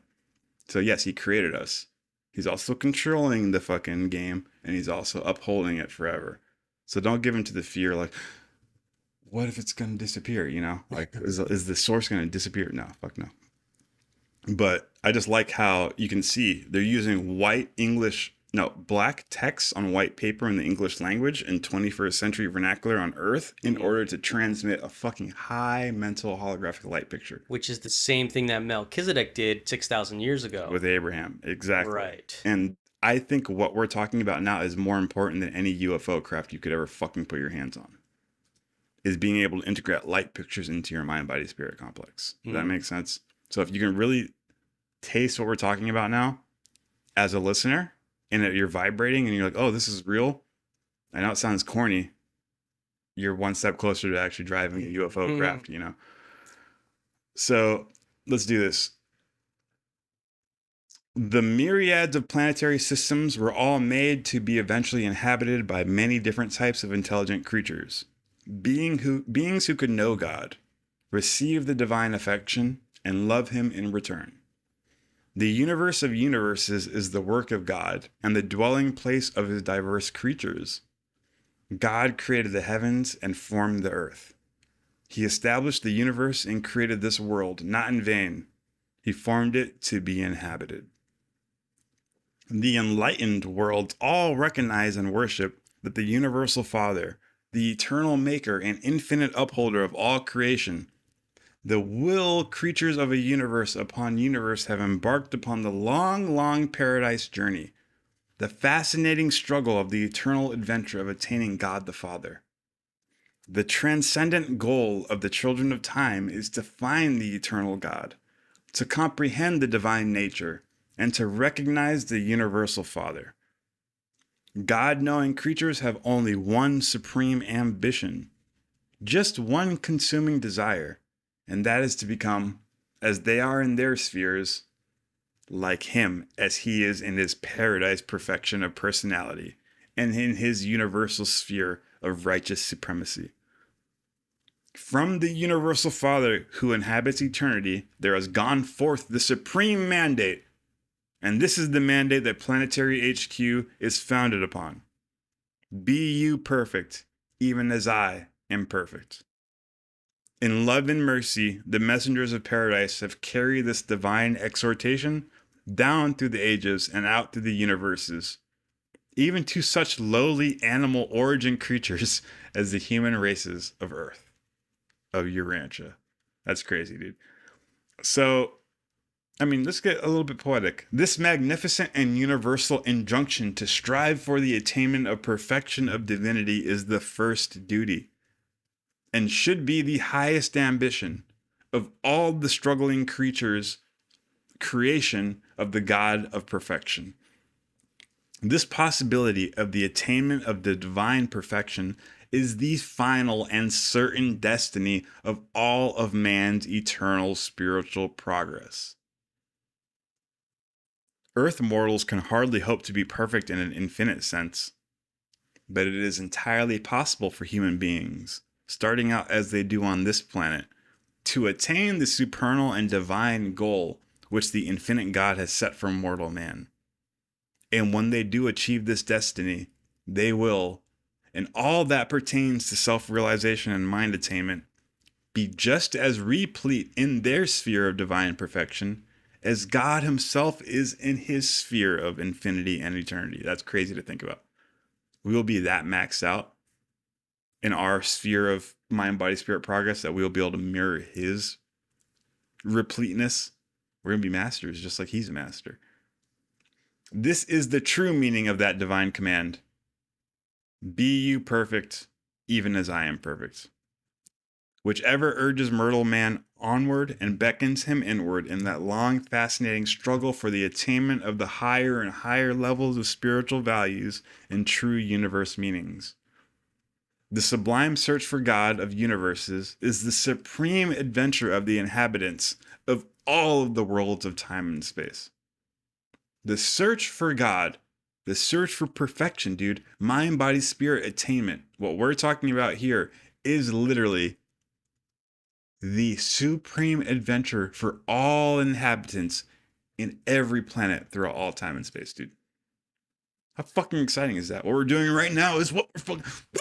We're doing it, bro. If you're listening That's to the this, real story of the aliens, ain't it? that's the real story. So if you're listening to this, fuck that.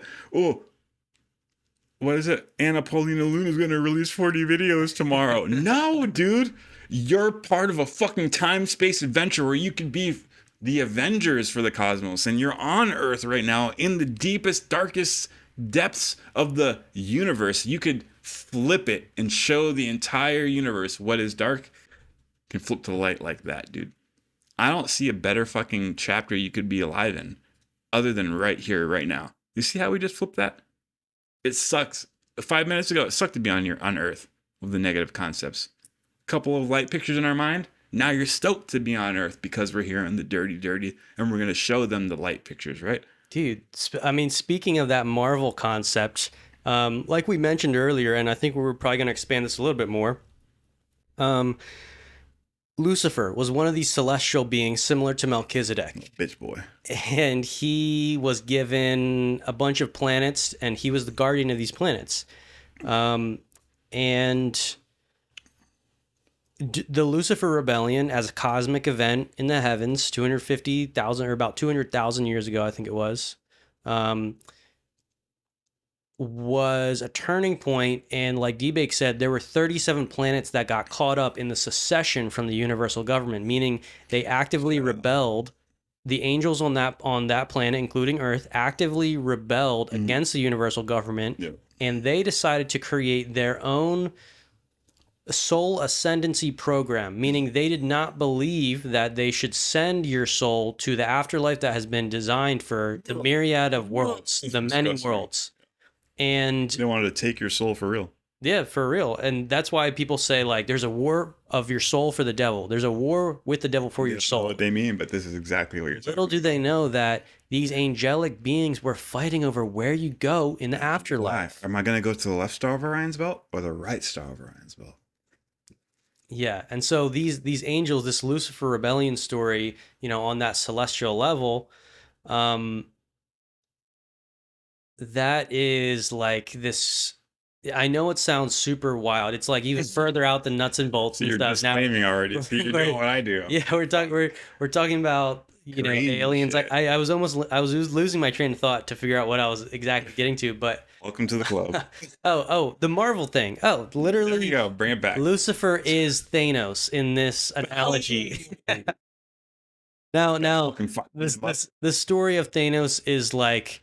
Is not exactly the same. Lucifer is not trying to annihilate half the universe because on his planet they were overpopulated.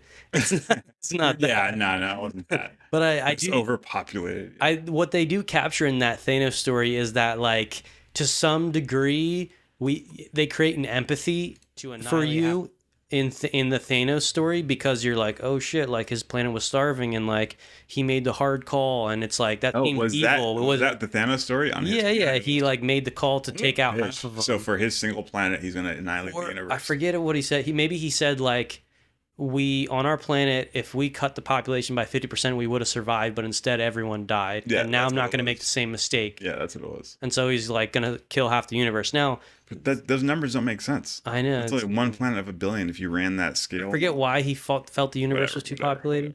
Yeah. Anyway, this is not about fantasy, but the point is, like, you Marvel writers, when you're picturing yourself, you're picturing your life, your lifeline on Earth. What is its purpose? Once you get a cosmic story that is going to roll out with disclosure, and everyone's going to try and get their narrative in, every religion's going to be like trying to spin this, right? It's like this. The Muslims are going to say, oh, it's the jinn, and they be doing like this. The Christians are going to be like, yo, the Nephilim are still alive, bro. These giants are here among us. It's demons, bro. And PHQ is going to be like, settle down. Adults are in the room. And yeah, there's this whole mix coming in, and there's a lot to synthesize here, but for real, this is one of the most interesting contact cases, this Urantia contact, because it covers these topics over and over again in like the 196 papers. And right now, I would call it the best story I've found so far, because the way I describe religious concepts and ancient history that we can't really verify through science is that, dude, it's the only one that you're like an alien wrote this. Straight up, a human could not have written this. The religion is a story that we tell ourselves about and encodes two different things. Partly ancient history that may have been passed down through generations through oral history before it was written. It tries to encode that, but more importantly, it tries to encode the meaning of those events in ancient history. And that is where you get some of the lack of human total perception. They're trying to tell you a series of lessons in the Adam and Eve summary, which have to do with free will, God's plan for the universe. There's a Luciferian rebel concept already existing on Earth. They're wrapping up ideas. They're trying their hardest to preserve this because they're like, if people forget about this, they're going to be so lost. Yeah. And so I say props to them. Why we got the Urantia. Props to them for being able to encode some of that in the ancient text. Oh my God, super props! I can't believe they even were able to encode any of that, Bro. The Urantia book puts years on these the events. Urantia book, I would be fucking groping around in the dark, bro. And the fact that they were able to even have some coherence on what the fucking truth is without the Urantia book, I want to give those ancient humans a dap, dude. Yeah. It's super interesting. And like I said, we're not trying to take down the Bible. We're not trying to say it's wrong. The Christians might say that we're trying to say the Bible has it mostly right, but it's a little bit of aliens created religion and blah, blah, blah. It's like, I see what they're saying, but like both things are true. Yeah. They're both simultaneously true. Yeah. And your explanation, if it's not complete enough to really explain both sides, and like I said, the Christians are leaving out the possibility. They're not yet considering what if both angels and other mortal civilizations are a part of this mix. Exactly. They're not covering that base yet. They're just being like, be careful because it could be fallen angel technology, even though angels don't need technology to get around the universe. But I guess we don't know that technically, so we can kind of make it up. You're right. So we don't know. We can. We can fill in the blanks. Even the whole claim there. The Benai Elohim. Like, how do we know that was an angel? Because some angels seem to be like light bodies. Sometimes the Bible says the angels appear as men. And then other times there's like the angel of the Lord is appearing. Sometimes it's Yahweh himself. There's like all these different appearances. And then there's this divine council concept where there's like a bunch of Elohim that are like working with Yahweh. Like, dude, the story in the Bible is already complex enough for you to be like, what the fuck? Okay, I don't really know what all these beings are doing and where they come from. And that alone is like, should help you be like, not just try to apply the demon label like right off the bat, because you're like, I don't even know what an Elohim is. That's crazy. Yeah, that's wild. So many beings have visited our planet. Yeah, and we don't know how to classify them. Yeah, we're just like grouping them all into one group. It's wild, and it's weird because we're on a planet that's like spherical and isolated in space from a different planet, right? Mm-hmm. But if you like take that to a single planet template, like China to America, you can be like, the Chinese are over there, we're Americans. We don't really see that many Chinese, Back in the day before international travel, no American saw any Chinese person, Then all of a sudden, and if you told an American about a Chinese person, they'd be like, we don't even believe that, bro. That's not real. We don't see that shit. As far as I can walk this way, I do not see a Chinese person. You're wrong. Mm. And then eventually the integration happens, I'm using that as an analogy, but it's not the same because planets are literally separated by large voids of space from each other. So it's really hard. If beings start appearing from China and I'm in America, I can kind of be like, there might be a land over there that these beings are coming from. But when random beings start appearing from nowhere, you have to be like, dude, these beings are appearing from the fucking stars. Mm.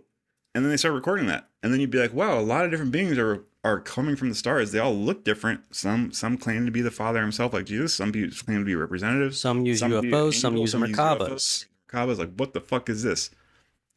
And they did a great job recording the differences, but again, it shows you the myriads of different species that exist in our universe, Yeah, it's almost like a lot of some of the Bible again is like humans observing celestial and extraterrestrial events and interactions without these beings really explaining everything that's going on. Yeah, and to that effect.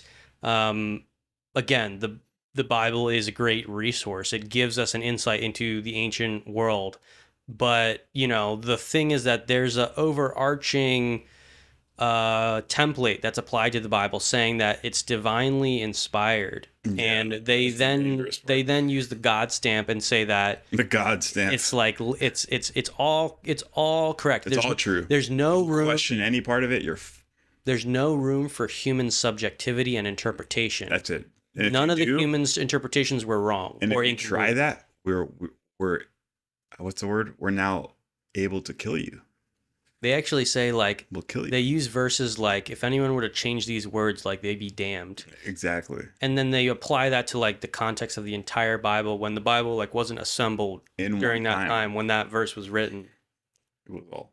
So there's a lot of, Stop like, using logic. there's a lot of magic mancy going on. But these are important topics. History Every religion has the same type of thought Yeah. forms. The Sanskrit heavily. Yeah. Just they weren't as codified into the Western religion as we currently are today. But damn, dude, what's crazy is, what are we already almost 2 hours in?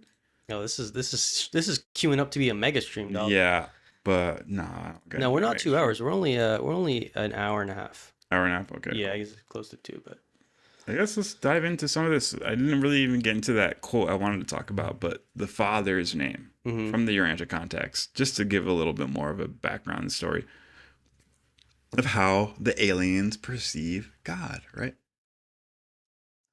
Of all the names by which God the Father is known throughout the universes, those which designate him as the first source and the universe center are most often encountered. The first Father is known by various names in different universes and in different sectors of the same universe. Wow. The names which the creature assigns the creator are much dependent on the creature's concept of the creator. The first source and universe center has never revealed himself by name, only by nature. That's probably one of the strongest sentences in the Urantia book right there. The first source and center of the universe has never revealed himself by name, only by nature. So if you're fighting over if God's called Yahweh with the name, or Elohim, or Eloah, or El, or Allah, or all that shit is bullshit. The first source and center has never revealed himself by name, only by actions in nature. That's beautiful. So he's a loving father. And you know what that gets to? Because, you know, I know maybe the Hebrews and the Christians are like, no, he said Yahweh. He said his name was Yahweh, but he didn't. He never did. Moses asked, was it Moses in the burning bush? He says, you know, what should I call you? And he says, I am that I am. And that is, to me, that's the greatest depiction of this concept that God does not name himself. Now, that being said, angels of the Lord, other beings, if they come down, sometimes they'll give a name. Names, yeah. They'll give a name. Like Melchizedek, he's like, Melchizedek's different than a call me Michael, Melchizedek. or a Gabriel, or a Raphael. Yeah. But in that concept, and this is actually, there's some interesting philosophy here. I am that I am. So I am is like a statement, like the words I and am and be are like sort of related. What do they call that? It's like there's a whole term for those words. Yeah. And it's like, it's a statement of like, what do they call it in grammar? I forget, but I am is like, there's no pre, past, or future sort of statement in there. It's is. Am is related to is. So when you say I am, it's just like, I exist. I am what I am. I am existential. I am before any definition that you could apply to me, which language is a quantization of reality. It's a symbolic representation of something in our experience. In grammar, it's called to be. I think it's like one of the foundational principles of grammar. To be. Yeah. Yeah. It's like I am, we are, you are, they are, he, she, it is. It's like first, second, third person. Right. Yeah.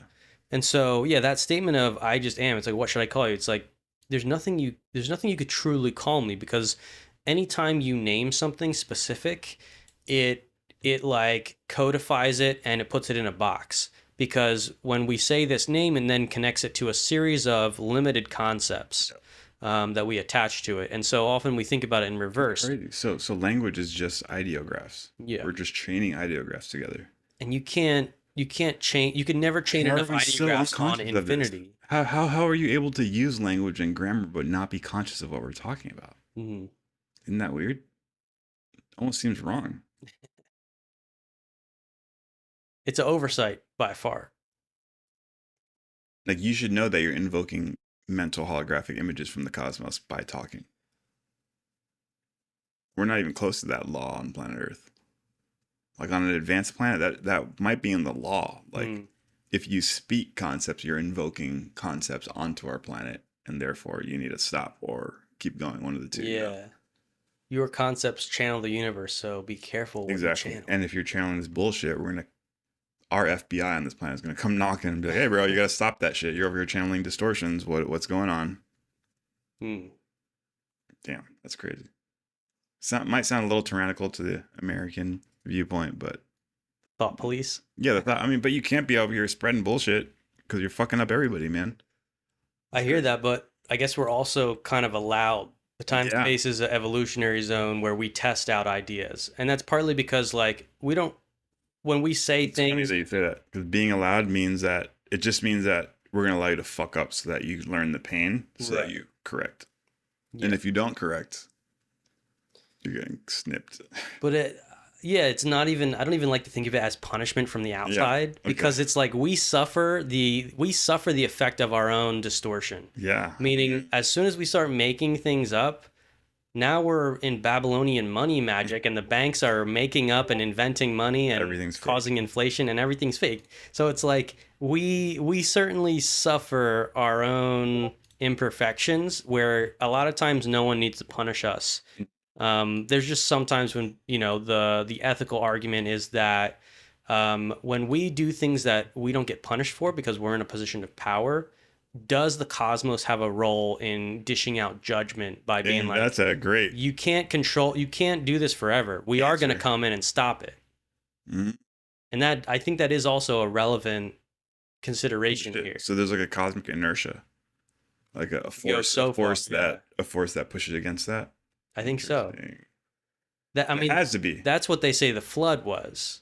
Okay. It was that inertia where this is our free will testing zone, but if it gets crazy enough, we're gonna push back. They're gonna come in and do some things. And maybe I wonder, for the people that say that some of these UFOs are just spiritual beings and they're actually positive, are we seeing some of that today where it's getting so crazy down here? We're edging on the nuclear warfare thing. Will these Elohim, will the angels actually stop us from going too far? This is part of the narrative from, what Chris Bledsoe talks about from his contact case. And it's an interesting thought. Do the extraterrestrials and angels step in at key points if it gets bad? That's what I wonder. I think yes, but I don't want to get there. Yeah. I don't think we need to. Again, do we need to get there? Fuck. I guess we'll keep reading. He's never revealed himself by name, only by nature. If we believe that we are the children of this creator, it is only natural that we should eventually call him Father. But this is the name of our own choosing, and it grows out of the recognition of our personal relationship with the first source and center. The Universal Father never imposes any form of arbitrary recognition, formal worship, or slavish service upon the intelligent little creatures of the universe. I think about this line a lot, like how I operate with Planetary HQ. Like, if the Father doesn't have these arbitrary recognition formal lines, then there is none. It's just be creative and make sure the kingdom gets built in a creative fashion. As long as we're doing that, all rules are okay. That's what I'm saying. If you check off the prerequisites and want to work for Planetary HQ, you're going to realize you have the coolest bosses in the world. Because we're never going to impose any type of this arbitrary, to the point where you might be like, oh my God, they're giving us too much leeway.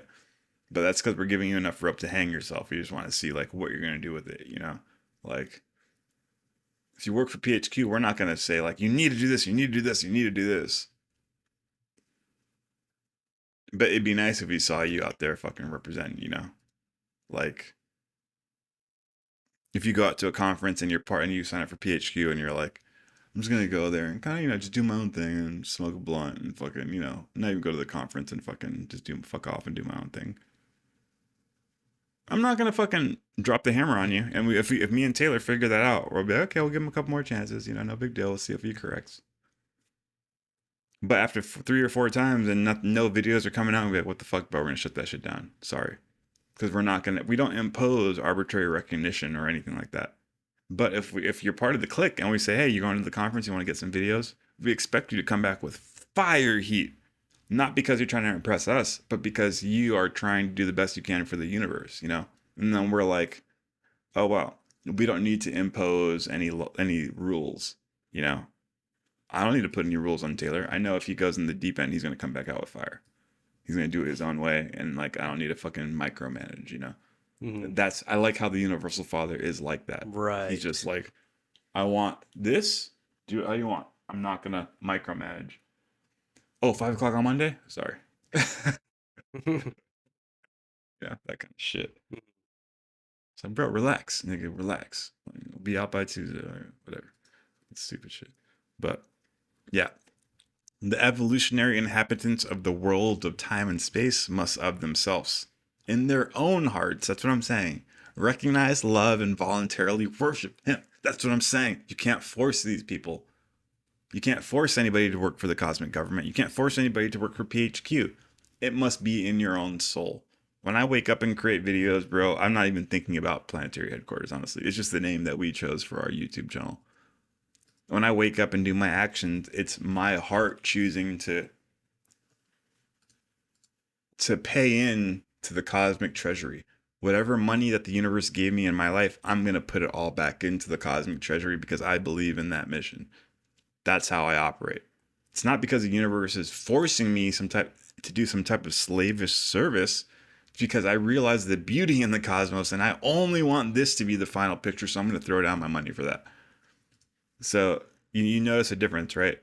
Like, I'm going to put a chain around your neck and you're going to mine this fucking cliff for me, and if you don't, I'm going to kill you. Well, it makes me think of that Anunnaki myth where they ended up enslaving humans to do their thing. Do that, or because you know the mission's so hard on a galactic scale, you know that we have to get these resources from this cliff, and I don't have to even come and check in on you. You're going to do it because you know that needs to be done, you know?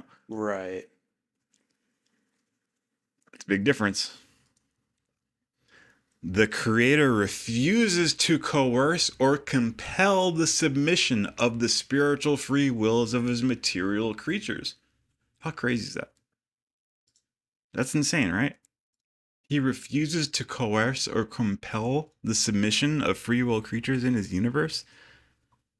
That means he was alive for infinity before the universe existed, and he was like, how do I create the perfect universe? And I often wonder how many times God iterated before he came to this iteration, you know? Mm-hmm. Like, did he fail in past iteration? It was like, oh, that's not good. Let's throw that out, you know?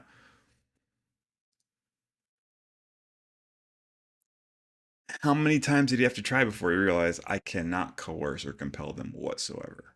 Like, maybe he had 500 different experiments where he tried to coerce or compel the will creatures a little bit, and he realized that it ends up like bullshit. Then he realized the best way to do it is, I actually cannot help them.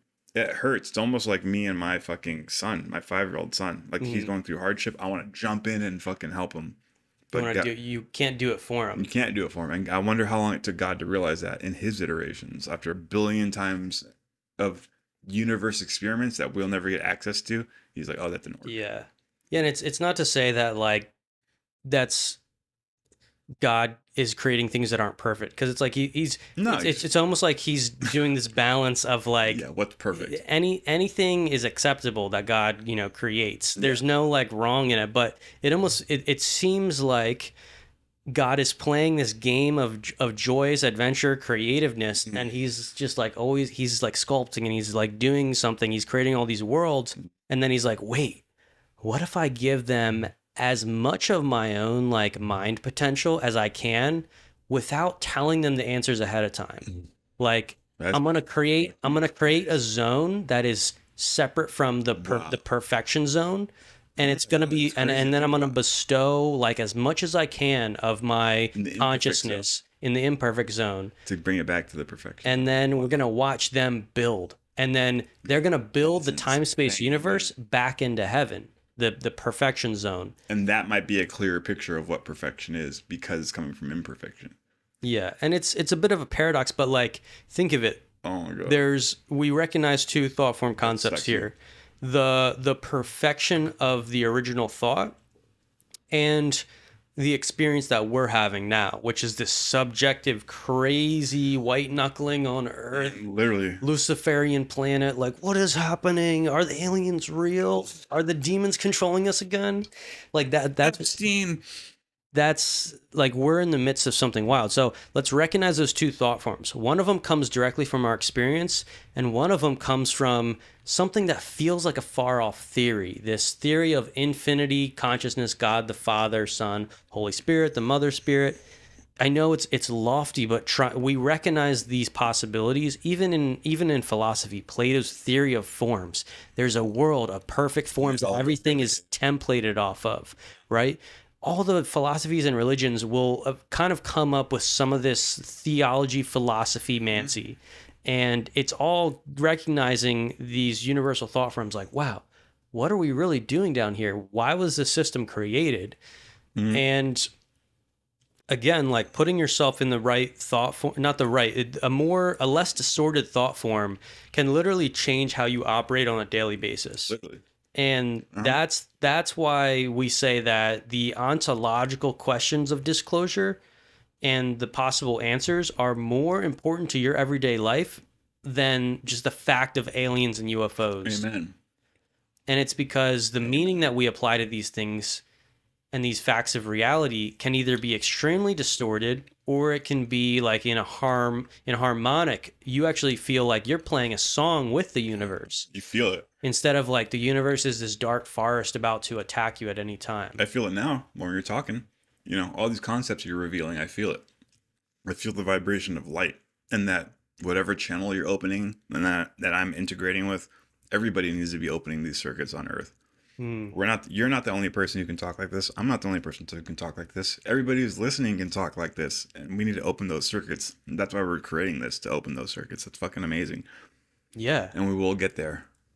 I don't know how much more you want to read from there, but I got some solid quotes from the Inhabited Worlds paper, but there's also a few more quotes that I'd like to show. Oh, let me finish. Yeah, but you can go and finish your thing. Yeah. So, we last said the Creator refuses to coerce or compel the submission of his spiritual free-willed children. The affectionate dedication of the human will to doing the Father's will is man's choicest gift to God. In fact, such a consecration of the creature's will constitutes man's only possible gift of true value to the Paradise Father. Damn. In God, man lives, moves, and has his being. There is nothing which man can give to God except this choosing to abide by the Father's will. And such decisions, effected by the intelligent will creatures of the universes, constitute the reality of that true worship, which is so satisfying to the love-dominated nature of the Creator Father. Boom, that's hot right now. That makes me feel like a fucking crazy person, because it's like, it's saying that only way you can give a gift back to the thing that fucking created you. Last time I checked, I didn't create myself. Did you choose to be alive? Did you choose your own life? No, right? You didn't choose to be alive. Not to my knowledge. I didn't choose to be alive. Something else chose us to be here. Okay, that's a heavy thing to try to comprehend. And then it says, the only gift we can give back to that thing that gave us life is to do its will. Literally the only gift we can give back to that thing that gave us life is to do its will. This invisible thing that's kind of blurry in my mind that I know is there because I exist. I can only justify God's existence because I exist. I'm alive and I'm like, there's something there that created me. I can't see it, but it's there. That's the only reason I can justify it, is because I literally am alive. And that picture up there, I'm trying to fucking unhaze it. I want to know it's there. It's there. And put that in the context of like human families. Like, you create this kid and they look like you and they talk to you. You can train them. Like, one of the most joyous things is that, like, to be doing something and then your kid's like, I want to do it with you, and they want to harmonize. They want to sing the song with you. And you're like, whoa. And you're right. I don't have a kid, but this is the picture in my head, being like, oh, like, yeah, but you see D3 every day. Right. You see him growing. I picture that. It's like, oh, it's not that, like, when we're not singing the same song that God is, he's not like mad. He's not gonna punish us. No. But we're gonna suffer our own consequences. We're allowed to play in this sandbox that is far away from the universe thought forms that are like sort of true and perfect. But eventually, once we start harmonizing and singing along, like, we're far out in the universe, and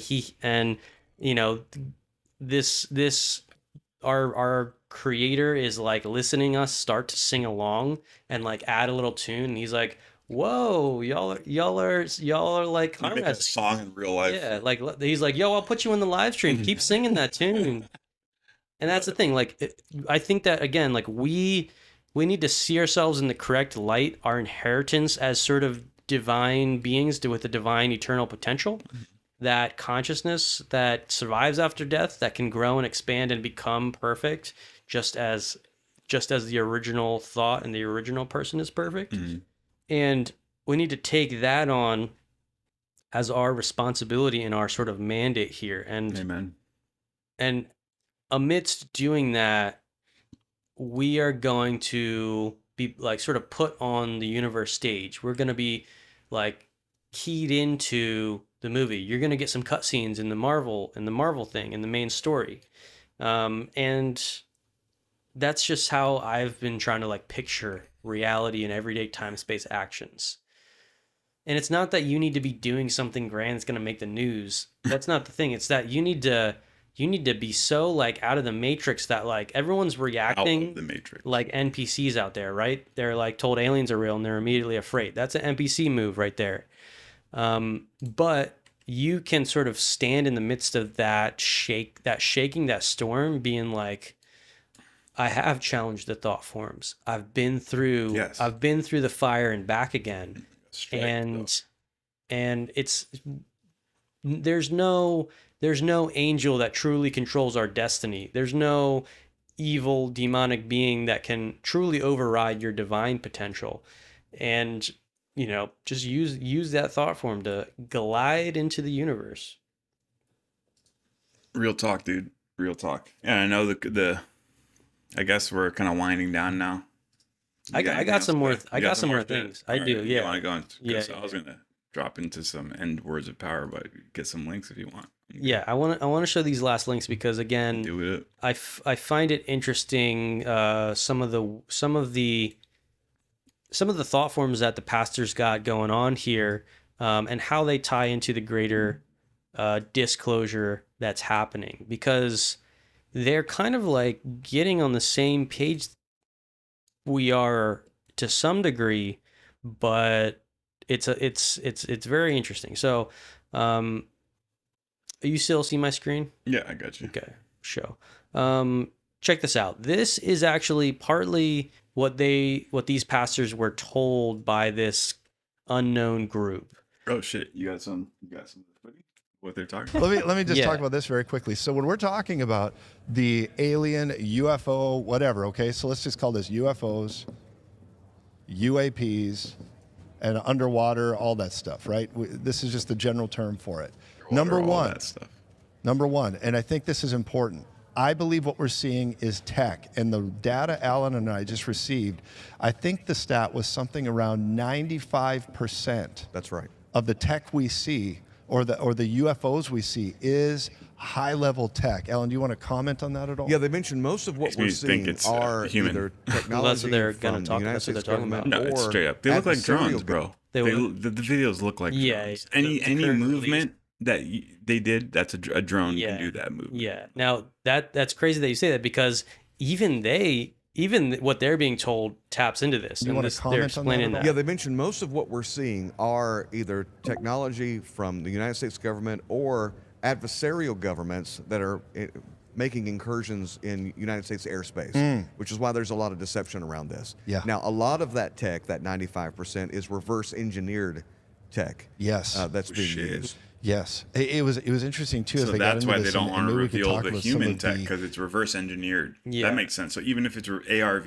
they're going to classify it because it's engineered from the alien tech. Interesting. Right, and he even goes on later to say that the orbs and the tick. I mean, I can play it right now. Yeah, keep going.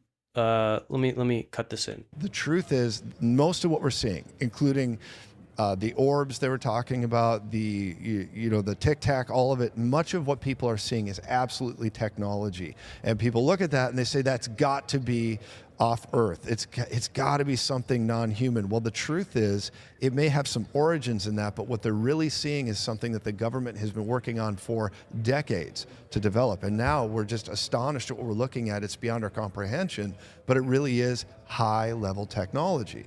Then we're getting into Blue Beam, which is deception, where they can. I mean, I could play the full clip, but it's interesting. He, let's see, the Blue Beam. It's kind of a fun thing. So here's the Blue Beam explanation from Joseph here, and this is an interesting angle. Number two, and Alan, you are so versed on this. Number two, I believe it's things like Blue Beam, and I'll let you explain it. Yes. And then of course, Blue Book, so many things we could get into. Project Blue Book, Project Blue Beam. And so this is what we're seeing. And this is basically what, Alan? It's holograms? What is it? Yeah, Project Bluebeam is this idea, and I have an entire chapter on this. It's this idea that in order to bring everyone under a one world religion, one world government, Yep. there is a plan for this. The globalists, the elites have a plan. And their plan is, number one, there'll be some sort of catastrophic event. It could Kinda be like an Alex earthquake, Jones, it could be a yeah. tsunami, that will uncover some documents that'll show World the government. How do Bible we do isn't this? entirely true. I know and that it. we bring it all under Because one I world knew Dude, it. they're religion. distorting And the then there's Urantia gonna be book, tech- man.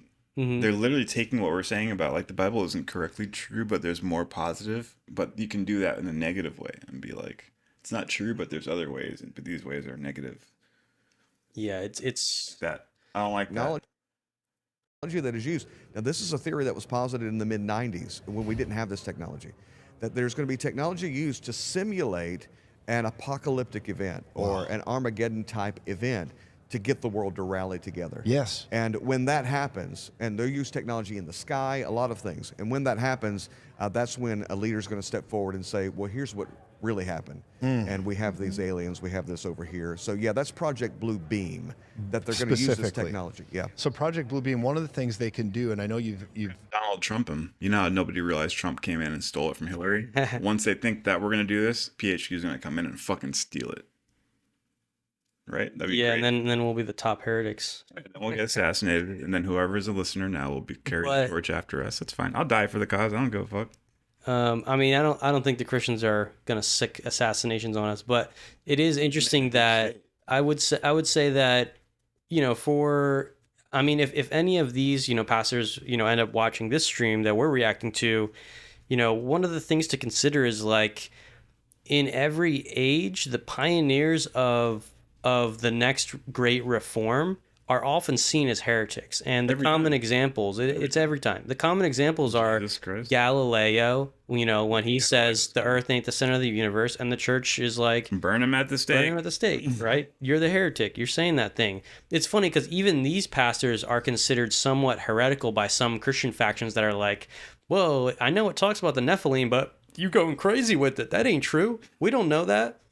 And they're kind of seen as the outliers in their group. And you go one level up where we're talking about something that's One level up. correlating like a whole nother level up. And now to the Christians, we're the heretics. And then you look at Jesus Christ, who literally came down, and the Jewish people considered him such a heretic that they literally put him on the cross and they killed him. And he wasn't even talking about aliens. He was just talking about, he wasn't overtly talking about aliens. He was talking about the kingdom of heaven, which includes other worlds, but Yeah. you know, they got so mad that they killed him. So, you know, from that sense, like literally every pioneer in the next great reform is considered a heretic by the old guard. Yes. So we're not scared. We're not scared to address these topics. And again, I've been through a lot of these salt forms. I get the angle that they're coming from, but we already have, like, I guess you could say, answers or counter proposals to a lot of these things, and we think it's a better integration than just saying it's all demons. Yeah. And yeah, so he goes on to say that the third category, right? So he said 95% is human reverse engineered advanced technology that does actually come a little bit from advanced non-human tech. The third level that he said is, okay, that last 5%, they're real alien ships, real alien technology and encounters. Okay, real tech. And he says that that's where it gets kind of crazy. Dicey. Yeah, Like that's where real it gets tech dicey. that we get. Yeah. Like Yeah. how many of these kind of cases are actually that, where we obtain their technology? Because in order for that to happen, I'm assuming it needs to be a species that is using technology A. That already narrows it down to an X amount of percent. If a species is using technological means, is this a positive or a negative species, you know? Because we don't know the ratio of rebellious entities that use UFO discs to positive entities that don't use UFO discs. Right. And then we have to narrow it down by that. We don't know the numbers, but I'm just trying to tell the people on how you might understand this situation, you know? Like, don't just dive into, it's all aliens, it's all humans, it's all demons. Like, I don't know. Yeah. I think for the most part, after looking at these videos, we have reverse engineered some type of plasma technology, anti-gravitic technology, a la Ashton Forbes and the MH370 case. I think that is a great example of what our current capabilities are. I think it's speaking volumes of the fact that nobody's platforming Ashton Forbes. Word on the street was Joe Rogan was told that this is a classified footage and you can't play this footage on his huge podcast because it's classified. Yeah. You just can't do that. And this is real footage that was leaked somehow. And obviously, if we have these, not to bring in the Nazi American scientists, but if we have these Wunderwaffe, what the Nazi scientists say, they have wonder weapons that nobody can fathom. If those wonder weapons, Wunderwaffe, came into the American custody, what would they look like, you know? Would these Wunderwaffe, would these wonder weapons look like contain plasma fields that you can direct at will? And then on top of that, could you imagine if we had plasma balls that we can send out and teleport an entire airplane mid-flight, like the Ashton Forbes MH370 case? If we could really do that, dude, that is huge and monumental.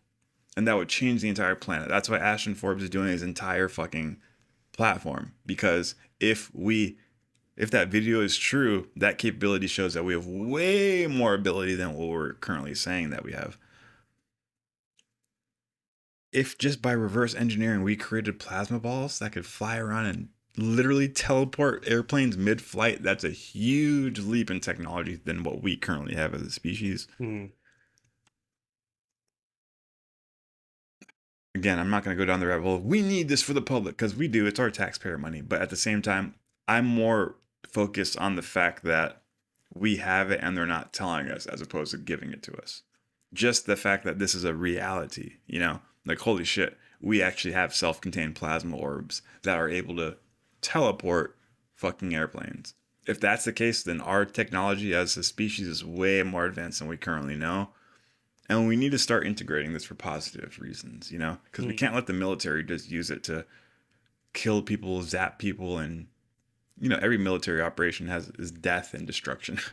Like, can we use this for some type of positive mind, body, spirit progress? Yeah. And, you know, again, in this third category that he's talking about, this 5% that actually is real alien encounters, he goes on to say that these officials, these intelligence people, showed them actual images of alien beings. Yeah, that was crazy. And that was like, what? What? Like, the Christians got that before us? yeah, phasing into the dimension? Is that Yeah, how I got the explained clip it? right here. Okay, Let's see what he let it said. rip, let it rip. We actually saw images of creatures. Yeah. And that was startling. Yeah. And I always, you know, you hear people say, you know, I've received information, but I can't share sources. And you're like, oh, come on. Yeah. Come on.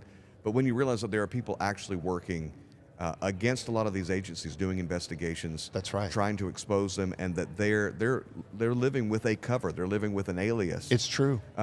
Because these agencies are coming go under after an them. alias That's in the order reason to why you can't disclose a infiltrate lot the of fucking information. You just agency. can't. Yeah. Holy shit. Not if we want to have the right outcome here. Yeah. The And right so, outcome number one here. is tech. We're seeing this. And number two, Why and do people Alan, talk you are like so that? Can you pause that for a second? I hate that how he said it. It's like, not if you have the right outcome, but he said it in like an authoritative position.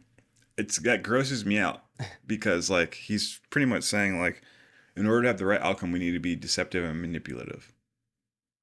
But he said it in his body language in a way that's like, don't be naive. Don't you know that you need to be deceptive and manipulative in this dimension in order to get what you need done? And to me, that just is gross to me. Like, I don't want to accept the fact that we have to divulge, that we have to dive into these negative characteristics in order to get our agenda across. It sucks. Yeah, I mean, I can tell they're trying to justify the secrecy. Like, it's funny, all these passages are like, we're not going to say who. We're not going to say who. Because something that was shown to them, it could be that, but it's also like something was conveyed to them somehow in this meeting of the level of importance or secrecy. Or maybe they feel like they've been brought into this elite group and that they're now the chosen elect to bring this message to the people. I think that's it. And they're like, yeah, we got to... Our Christian brothers in the intelligence agencies are fighting for the Lord, and they're trying to, and we're a part of that now. They've brought us in. I don't know. Now they go on to describe. There's another clip where they say that they kind of describe some of the aliens. It might be, they basically say that they were shown images that these people actually took the images themselves, and it was different types of beings. They said one of them had like tentacles, and I'm like, oh, I saw that, but I didn't see the images. Nah. Yeah, and there was an image going around. Yeah, you see that one? It was like aliens purple. in the boots, whatever. That It looked like a spacesuit. The golden one, but there was a purple one. He's like a miniature. Did you see the purple one though? No, but I already found the post, but it's a different. Yeah, I mean, put that up. I'm trying to find a better one. So yeah, they say they saw images. They say they saw images of some aliens, and there's been a couple images going around the block that maybe were a part of this, because they do kind of look humanoid. And we're seeing if we can pull these up now to kind of give a. I got you. I got one. You got the orange one? Yeah, the golden alien. But I also. Are you sharing your screen? No, sorry. I'll share it. Yeah, just share your screen. There we go. Okay, so this is the alien right here. This is AI upscaled, so we can't really focus on the. You sharing the right screen? I don't see it. Whoops. Screen. Here it is. Here's that full screen. This is AI upscaled, so. Oh, this is in the new drop. Yeah. Yeah, this is in the new drop. I don't know exactly how you want to go off this. So that's the AI upscale image, and then here's the original. Some people say that you can tell because the original has the boots, and everybody remembers this weird alien picture in the boots. And if you go to this one, the boots aren't really there. It just looks like it's like fur, and that's the AI upscaling. Fur. So they're like, they're filling in some minutia details, but it does look interesting, like golden, shiny. But you have to. I read this early this morning. Is this picture is doing the round and everybody's fucking going crazy about it? But it's actually from a 1959 book. No, it's not from this book. It's from the first time it ever appeared was in a newspaper, and it was a hoax. Mm-hmm. It was a fake picture. They said they found an alien body, but then they revealed that this was made by like students at a school or something like that. That wasn't really an alien body. So we haven't gone deep down the rabbit hole to figure out if it's a true picture, where the provenance is, and all this stuff. But I assume that this is. I mean, back in the day, they liked to make a lot of hoaxes and put them in the newspapers. That was like the number one thing they did. I want to lean towards hoax on this one. Okay. I don't know exactly what the newspaper was. I'll pull it up right now. What about that? The gold. Do you have that golden one saved? It looked like a lady, a golden lady. Oh, like half. I do have that. Half in. You're talking about that video? Okay, I got you. It was just a photo. Oh, I just can't. I don't know why I can't find this in my save. photo? Really? I thought it was a video. Yeah. No, it was a photo. Oh, I thought the golden midwear picture. No. Yeah, yeah. They scrubbed it. They scrubbed it from the net. That's weird that you think it's a photo. My mind thinks it's a picture or a video. No. I mean, I never saw a video version, so I don't know if maybe the original was video. No, it's just interesting. This a lot of Reddit posts, they get taken away sometimes. And if you don't save it locally, then you won't get it. All right, let's see it. Let's see it. Oh, you got it. Okay. Yeah, this is me. But you say that's the one. you say no so confidently a lot of the times, and then I'm like, I don't Yeah, think it's I like didn't that. see a video, That's a video. but you got a video. Play that shit. Yeah. But is it a video of a photo? Ooh. Yeah. Yeah, I didn't see this. So this is what I see when I see the blue lady superimposed Yeah. over my vision. It looks very similar to that, but she has Yeah. long black hair, and that's not something I say a lot on the live stream, guys. So, but yeah, Yeah, and this looks like get she has visions. hair. This is pretty Uh-huh. clearly I think it's a humanoid. midwear. If you look at my notes, it says Golden Aura Midwear Mm. coffin video in Southern California. Yeah. And like, was this the type? This kind of sound that when they say they were shown aliens on on their phones that they took, was this part of what? Was this part of that? Like, was this the type of things that they saw? These humanoid forms that were like half in and out of light, I believe is the quote. Yeah. Ooh, good question. Is this might be one of the pictures or videos that they showed them in that briefing? Yeah. Interesting. I don't know. Again, there's Good this other connection. one where Good it was like it looked like this, but it was a purple, and it looked like he had a space helmet on with like a kind of like a Mysterio mask. Okay. Try to type But it. I can't. It was I like can't hazy? read it. It looked like a hologram, kind of like this. You saw it on Reddit? Yeah, I'm gonna search on X here. Oh, no. Purple. Yeah, nothing. Like, Purple see. space helmet, alien Purple hologram. alien. It's coming up with a bunch of Lego shit for me. It's crazy, and I thought I saved it too, but we're kind of losing.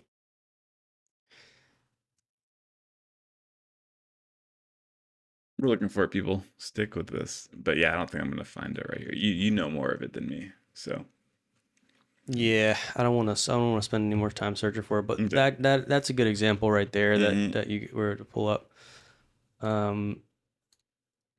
it is super compelling, man. I don't know what that is. Second I saw it, I thought midwear. I mean, and you can see the head turn. Like it looks over towards the camera, kind of. But the way, okay, let's look back at it. The way that head turns now is making me think it's AI. Look at the way the head turns. It's like robotic. Let me zoom in here.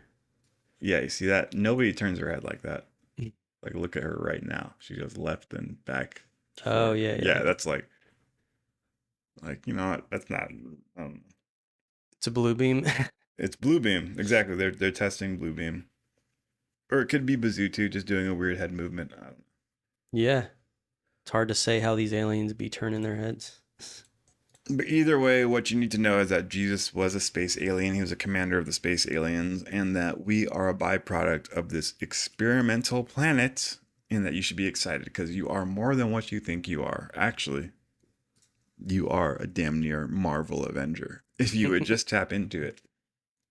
Join the Planetary HQ Discord if you want to know more, because obviously I cannot telepathically communicate with you. If I could, I would just create a circuit and I'd just dump all my information into your brain, but I cannot do that. I can't. So me and Taylor are saying we're going to hold more question and answer Q&A sessions in the future. We want to do Q&As more on our X and in Discord. Yeah. So we're going to hold open Discord conversations like this. So if you want to just ask us questions directly, you can join. We're going to be trying to do that once a week now. Like we said, we just signed the lease for the new Planetary HQ, guys. Hey. And tomorrow we're moving into it. So that's part of the reason why we haven't been going live lately. We've been going to conferences every weekend. In the past 3 weeks, we went to like 2 conferences. In the past 4 weeks, we went to 2 different conferences.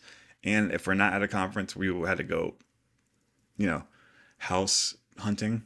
go doing tours for all the houses, all the different apartments. Like, damn, Secret base hunting. you want to charge us this much for an apartment when they're going to charge us this much for a house? What the fuck? You crazy?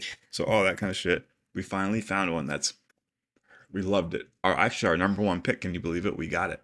So that's kind And of cool. it's perfect access to the deep underground military base. So No, you don't tell them that shit because now they know where the fuck it is, dog.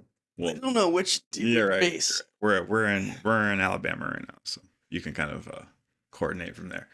But no, we're just happy. Tomorrow we're moving into the new PHQ, and we're gonna be going all the operations from there. We're so excited, and this is literally the second we end this live stream, we're gonna start packing. All this shit's gonna be packed up, and The last stream before we go big time, intergalactic. So I hope you guys are excited as we are. We're gonna be doing this, like I said, more than once a week. I think we go to PHQ, but you're leaving for 3 weeks because you have a family mission. So for those 3 weeks, we will try to do some live streams for you guys. But in 1 month, I want to say that we will go live twice a week, minimum. And we got a couple Minimum. tour dates coming up. The next one is going to be Contact in the Desert. Oh yeah, let them coming know. up here in May. If you want to kick it with us, go to Contact. Yeah, we're gonna be at Contact in the Desert. We're gonna do some live streams from there. We're gonna get a lot of interviews and content with Gino, and it's gonna be killer. And then the one after that, Urantia International Conference. Yep. In California. End of July. Let me get these dates up for y'all. Contact in the Desert. Oh, thanks, Kelly. She said, "Congrats on the new house. Appreciate it." It was so stressful, dude. This is the most stressful I've ever been in my entire life. Yeah, but me and Taylor fucking pulled the trigger and we bought a house together. So the 28th of May to June 1st is Contact in the Desert, and it might be hard to get at the main event venue hotel, but there's some hotels right across the street if you still gonna make last minute plans. Yeah, come see us, man. We'd love to drink a beer with you and shit. That'd be awesome. And this is like this is probably the last Contact in the Desert before we know aliens are real. Oh my God. And it's gonna be lit. The last contact before disclosure. And everyone's gonna be trying to drop the hot shit before the government discloses. So this might be the juiciest no, contact. Yeah, there's like no bars left. No holds barred. Jeremy Corbell's gonna be premiering his Sleeping Dog film there. There's a lot going on. So Jeremy's a friend of the show, so we might even get a little episode. we got to get our interview with Jeremy himself. He low key said he's down. You know, you just got to figure out the time. You know. Oh yeah, he said it's our fault for not asking. It's all far. Yeah. That's funny. Shout out to Corbell. It's so cool that these are all our homies, man. Wi-Files, Corbell, fucking Billy Carson. We're still sitting on this episode. We haven't dropped it yet. We gotta work out the legal implications. Exactly. Sorry, guys. Releasing it and all this different. So much behind the scenes, like when you make a hot episode and it's a hot name on it. Now you got to figure out The release strategy is the like release strategy. Yeah, everybody wants it, you know. So whatever. I ain't got too many words of power today. All I'm gonna say is that you are more than what you think you are, dude. You're not alone in this battle. If you think you're alone, understand that PHQ exists. We are the rock and the foundation for this battle, and you can always report back to Planetary headquarters so that you have support in your mission, okay? It's not just white knuckling it on your ranch by yourself anymore. We're here to support. And I know there's going to be a million other problems we have to deal with in the next 1,000 years, but through PHQ, we want to start fucking forcing that energy, moving mountains in order to make sure that in 1,000 years, our planet will be okay. So if we can start doing it now, that'd be great. We need your fucking help. If you're listening to this, you are the resistance, and we need your help.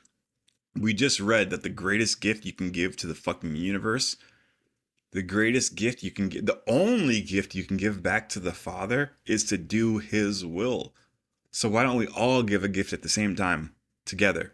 We all do His will at the exact same time. Imagine if we all tapped into mind, body, spirit progress for each other at the exact same time, Taylor. That would fucking send off a Kamehameha bat signal up to the Father. You know, Goku himself would Kamehameha bat signal right to the fucking Universal Father. And that's how we get their attention. So everybody's complaining about disclosure and we want the government, we need to give us our aliens because we pay with taxpayer money. This is a false middleman. How about you just cut them out? We don't need them. We just all hone in on mind, body, spirit progress, send the bat signal, and the aliens will land themselves to us. So we're kind of the ones that are putting the government in between us and the aliens. We're doing it because of free will. You can't go outside of free will. So the government convinces us, and our will is that we need the government, and they have the majority of the energy, over 51%. The aliens must respect that because that's the majority energy on planet Earth. So they're just mind fucking us to self fuck ourselves. So if we can be like, government, fuck you. We don't have to. If 51% of us finally say that government, we're not adhering to your laws, that we want universal government and galactic federation, I think they might show up. So can we get to that point? How hard is this going to be? 51% of the planet Earth needs to say, fuck the government. We're going to create our own government for the beneficence, for the benefit. How do you say it? The benefit? For the benefit of all humanity, and that they can hit their potential. And once that genuinely happens, I'm not saying it, you're not saying it to my face to convince me because you just want to make a buck in your pocket. You don't care about this. I'm just going to say it because I know this is a good deal. I'm going to make money for my family. The angels, that doesn't work. They can scan your soul. So it can't be a fake 51%. You can't be like, I want the planet at 51% because I get paid. My family's going to get paid. And I just want to get it because I get paid. No, it has to be a genuine, in your hearts, 51% of the planet wants to integrate with the Galactic Federation. We've been so conditioned on planet Earth where it's like, even though I want something, because you can't see in my soul and you can't prove it, it doesn't matter, right? Like I want a dollhouse for my hamster. I don't give a fuck about it because I can't access your soul and that's not real to me. So whatever, I can throw it away to the wayside, you know.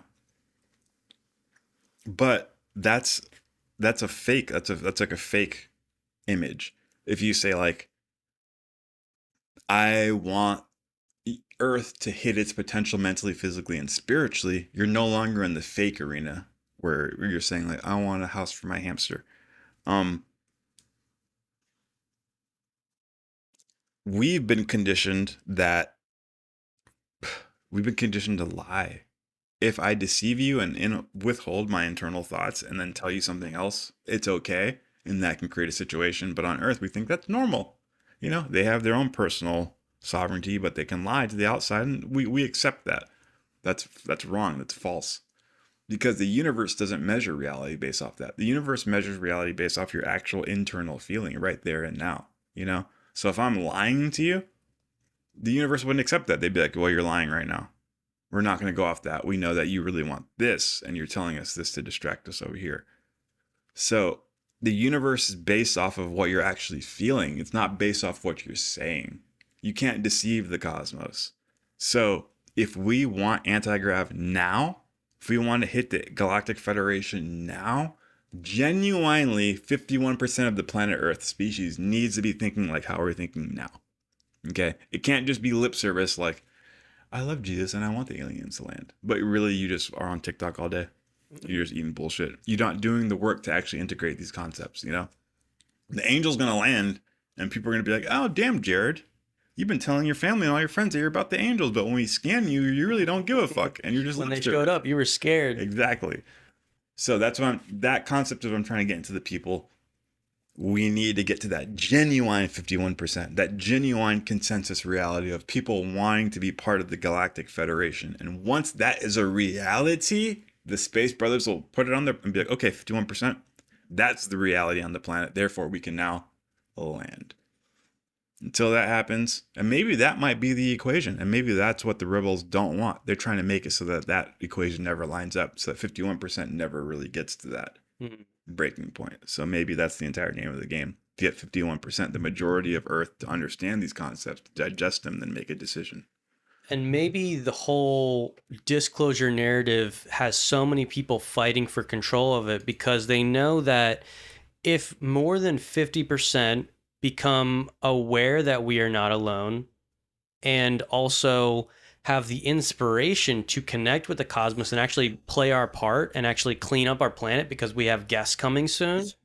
Like point. if more than 50% of people take that narrative and they're like, whoa, like this is really exciting. We could work together and do this. Like we go into space. THQ would be we'd be the premier organization in 6 months if everybody did that right there. But so if that actually happened, let's say that changes the free will contract for the aliens and how they interact. They're like, wow, now they're in harmony. They're inviting us to be a part and create a relationship that is about cosmic family. Yeah. And once that happens, it's like a door is unlocked. Yes. And if you can control the narrative about disclosure so that people do not take that version, it won't unlock that gateway to reintegrate with the cosmos. That is the angle. You're channeling the evil entity's angle right now, I think. I think the Seraphim are giving us a glimpse into what they're thinking. Yeah. I think that's what they want. It's like whether we know aliens are real or not is not the changing factor of can we integrate. It's more about what meaning do people take from this fact. Yes. And that's where two different universe facts can be interpreted in two different ways. One, in a fearful way, where you think the universe is a predator trying to get you, or you're inspired and you go, wow, we're really not alone. We're really part of a greater life system. Yeah. And again, it's like, it's a choose your own ending book. Like we're really out here flipping the paper. And it's like at this chapter, I want to choose this. The only difference is that a certain very powerful groups are trying to choose for you. They're trying to choose the story for you by enrapturing your free will into their system. Yep. Because again, they're not really controlling you. They're getting you to subscribe to their system. They're influencing you so much so that they can predict the outcome. You rely on their resources and their thought forms that they're giving to you. So they can predict what you're going to ask for. And they can predict, and they then, you could say, they have a right to rule over you because you've subscribed to them. You chose to follow them. And remember, this is all free will mancy that we're not even close to on Earth. We don't even understand free will mancy. It's like, get past this idea of like, it's me and the government. You are the government. You govern yourself. The first level of governance is self-governance. Yep. And if you take full responsibility for that, you can truly gain, you could say, power and influence in a right sense within society. You can cosmic sovereignty. Yeah. If you walk, and sometimes, DBX said earlier, sometimes I'm a bit overconfident in some of my statements. And that's true. It's like when you feel like you have a cosmic sovereignty, when you're like, wow, my place in the universe is inspiring, you just run. It's like when a kid is very confident and they're like saying something, you're like, it's not really real, but whatever.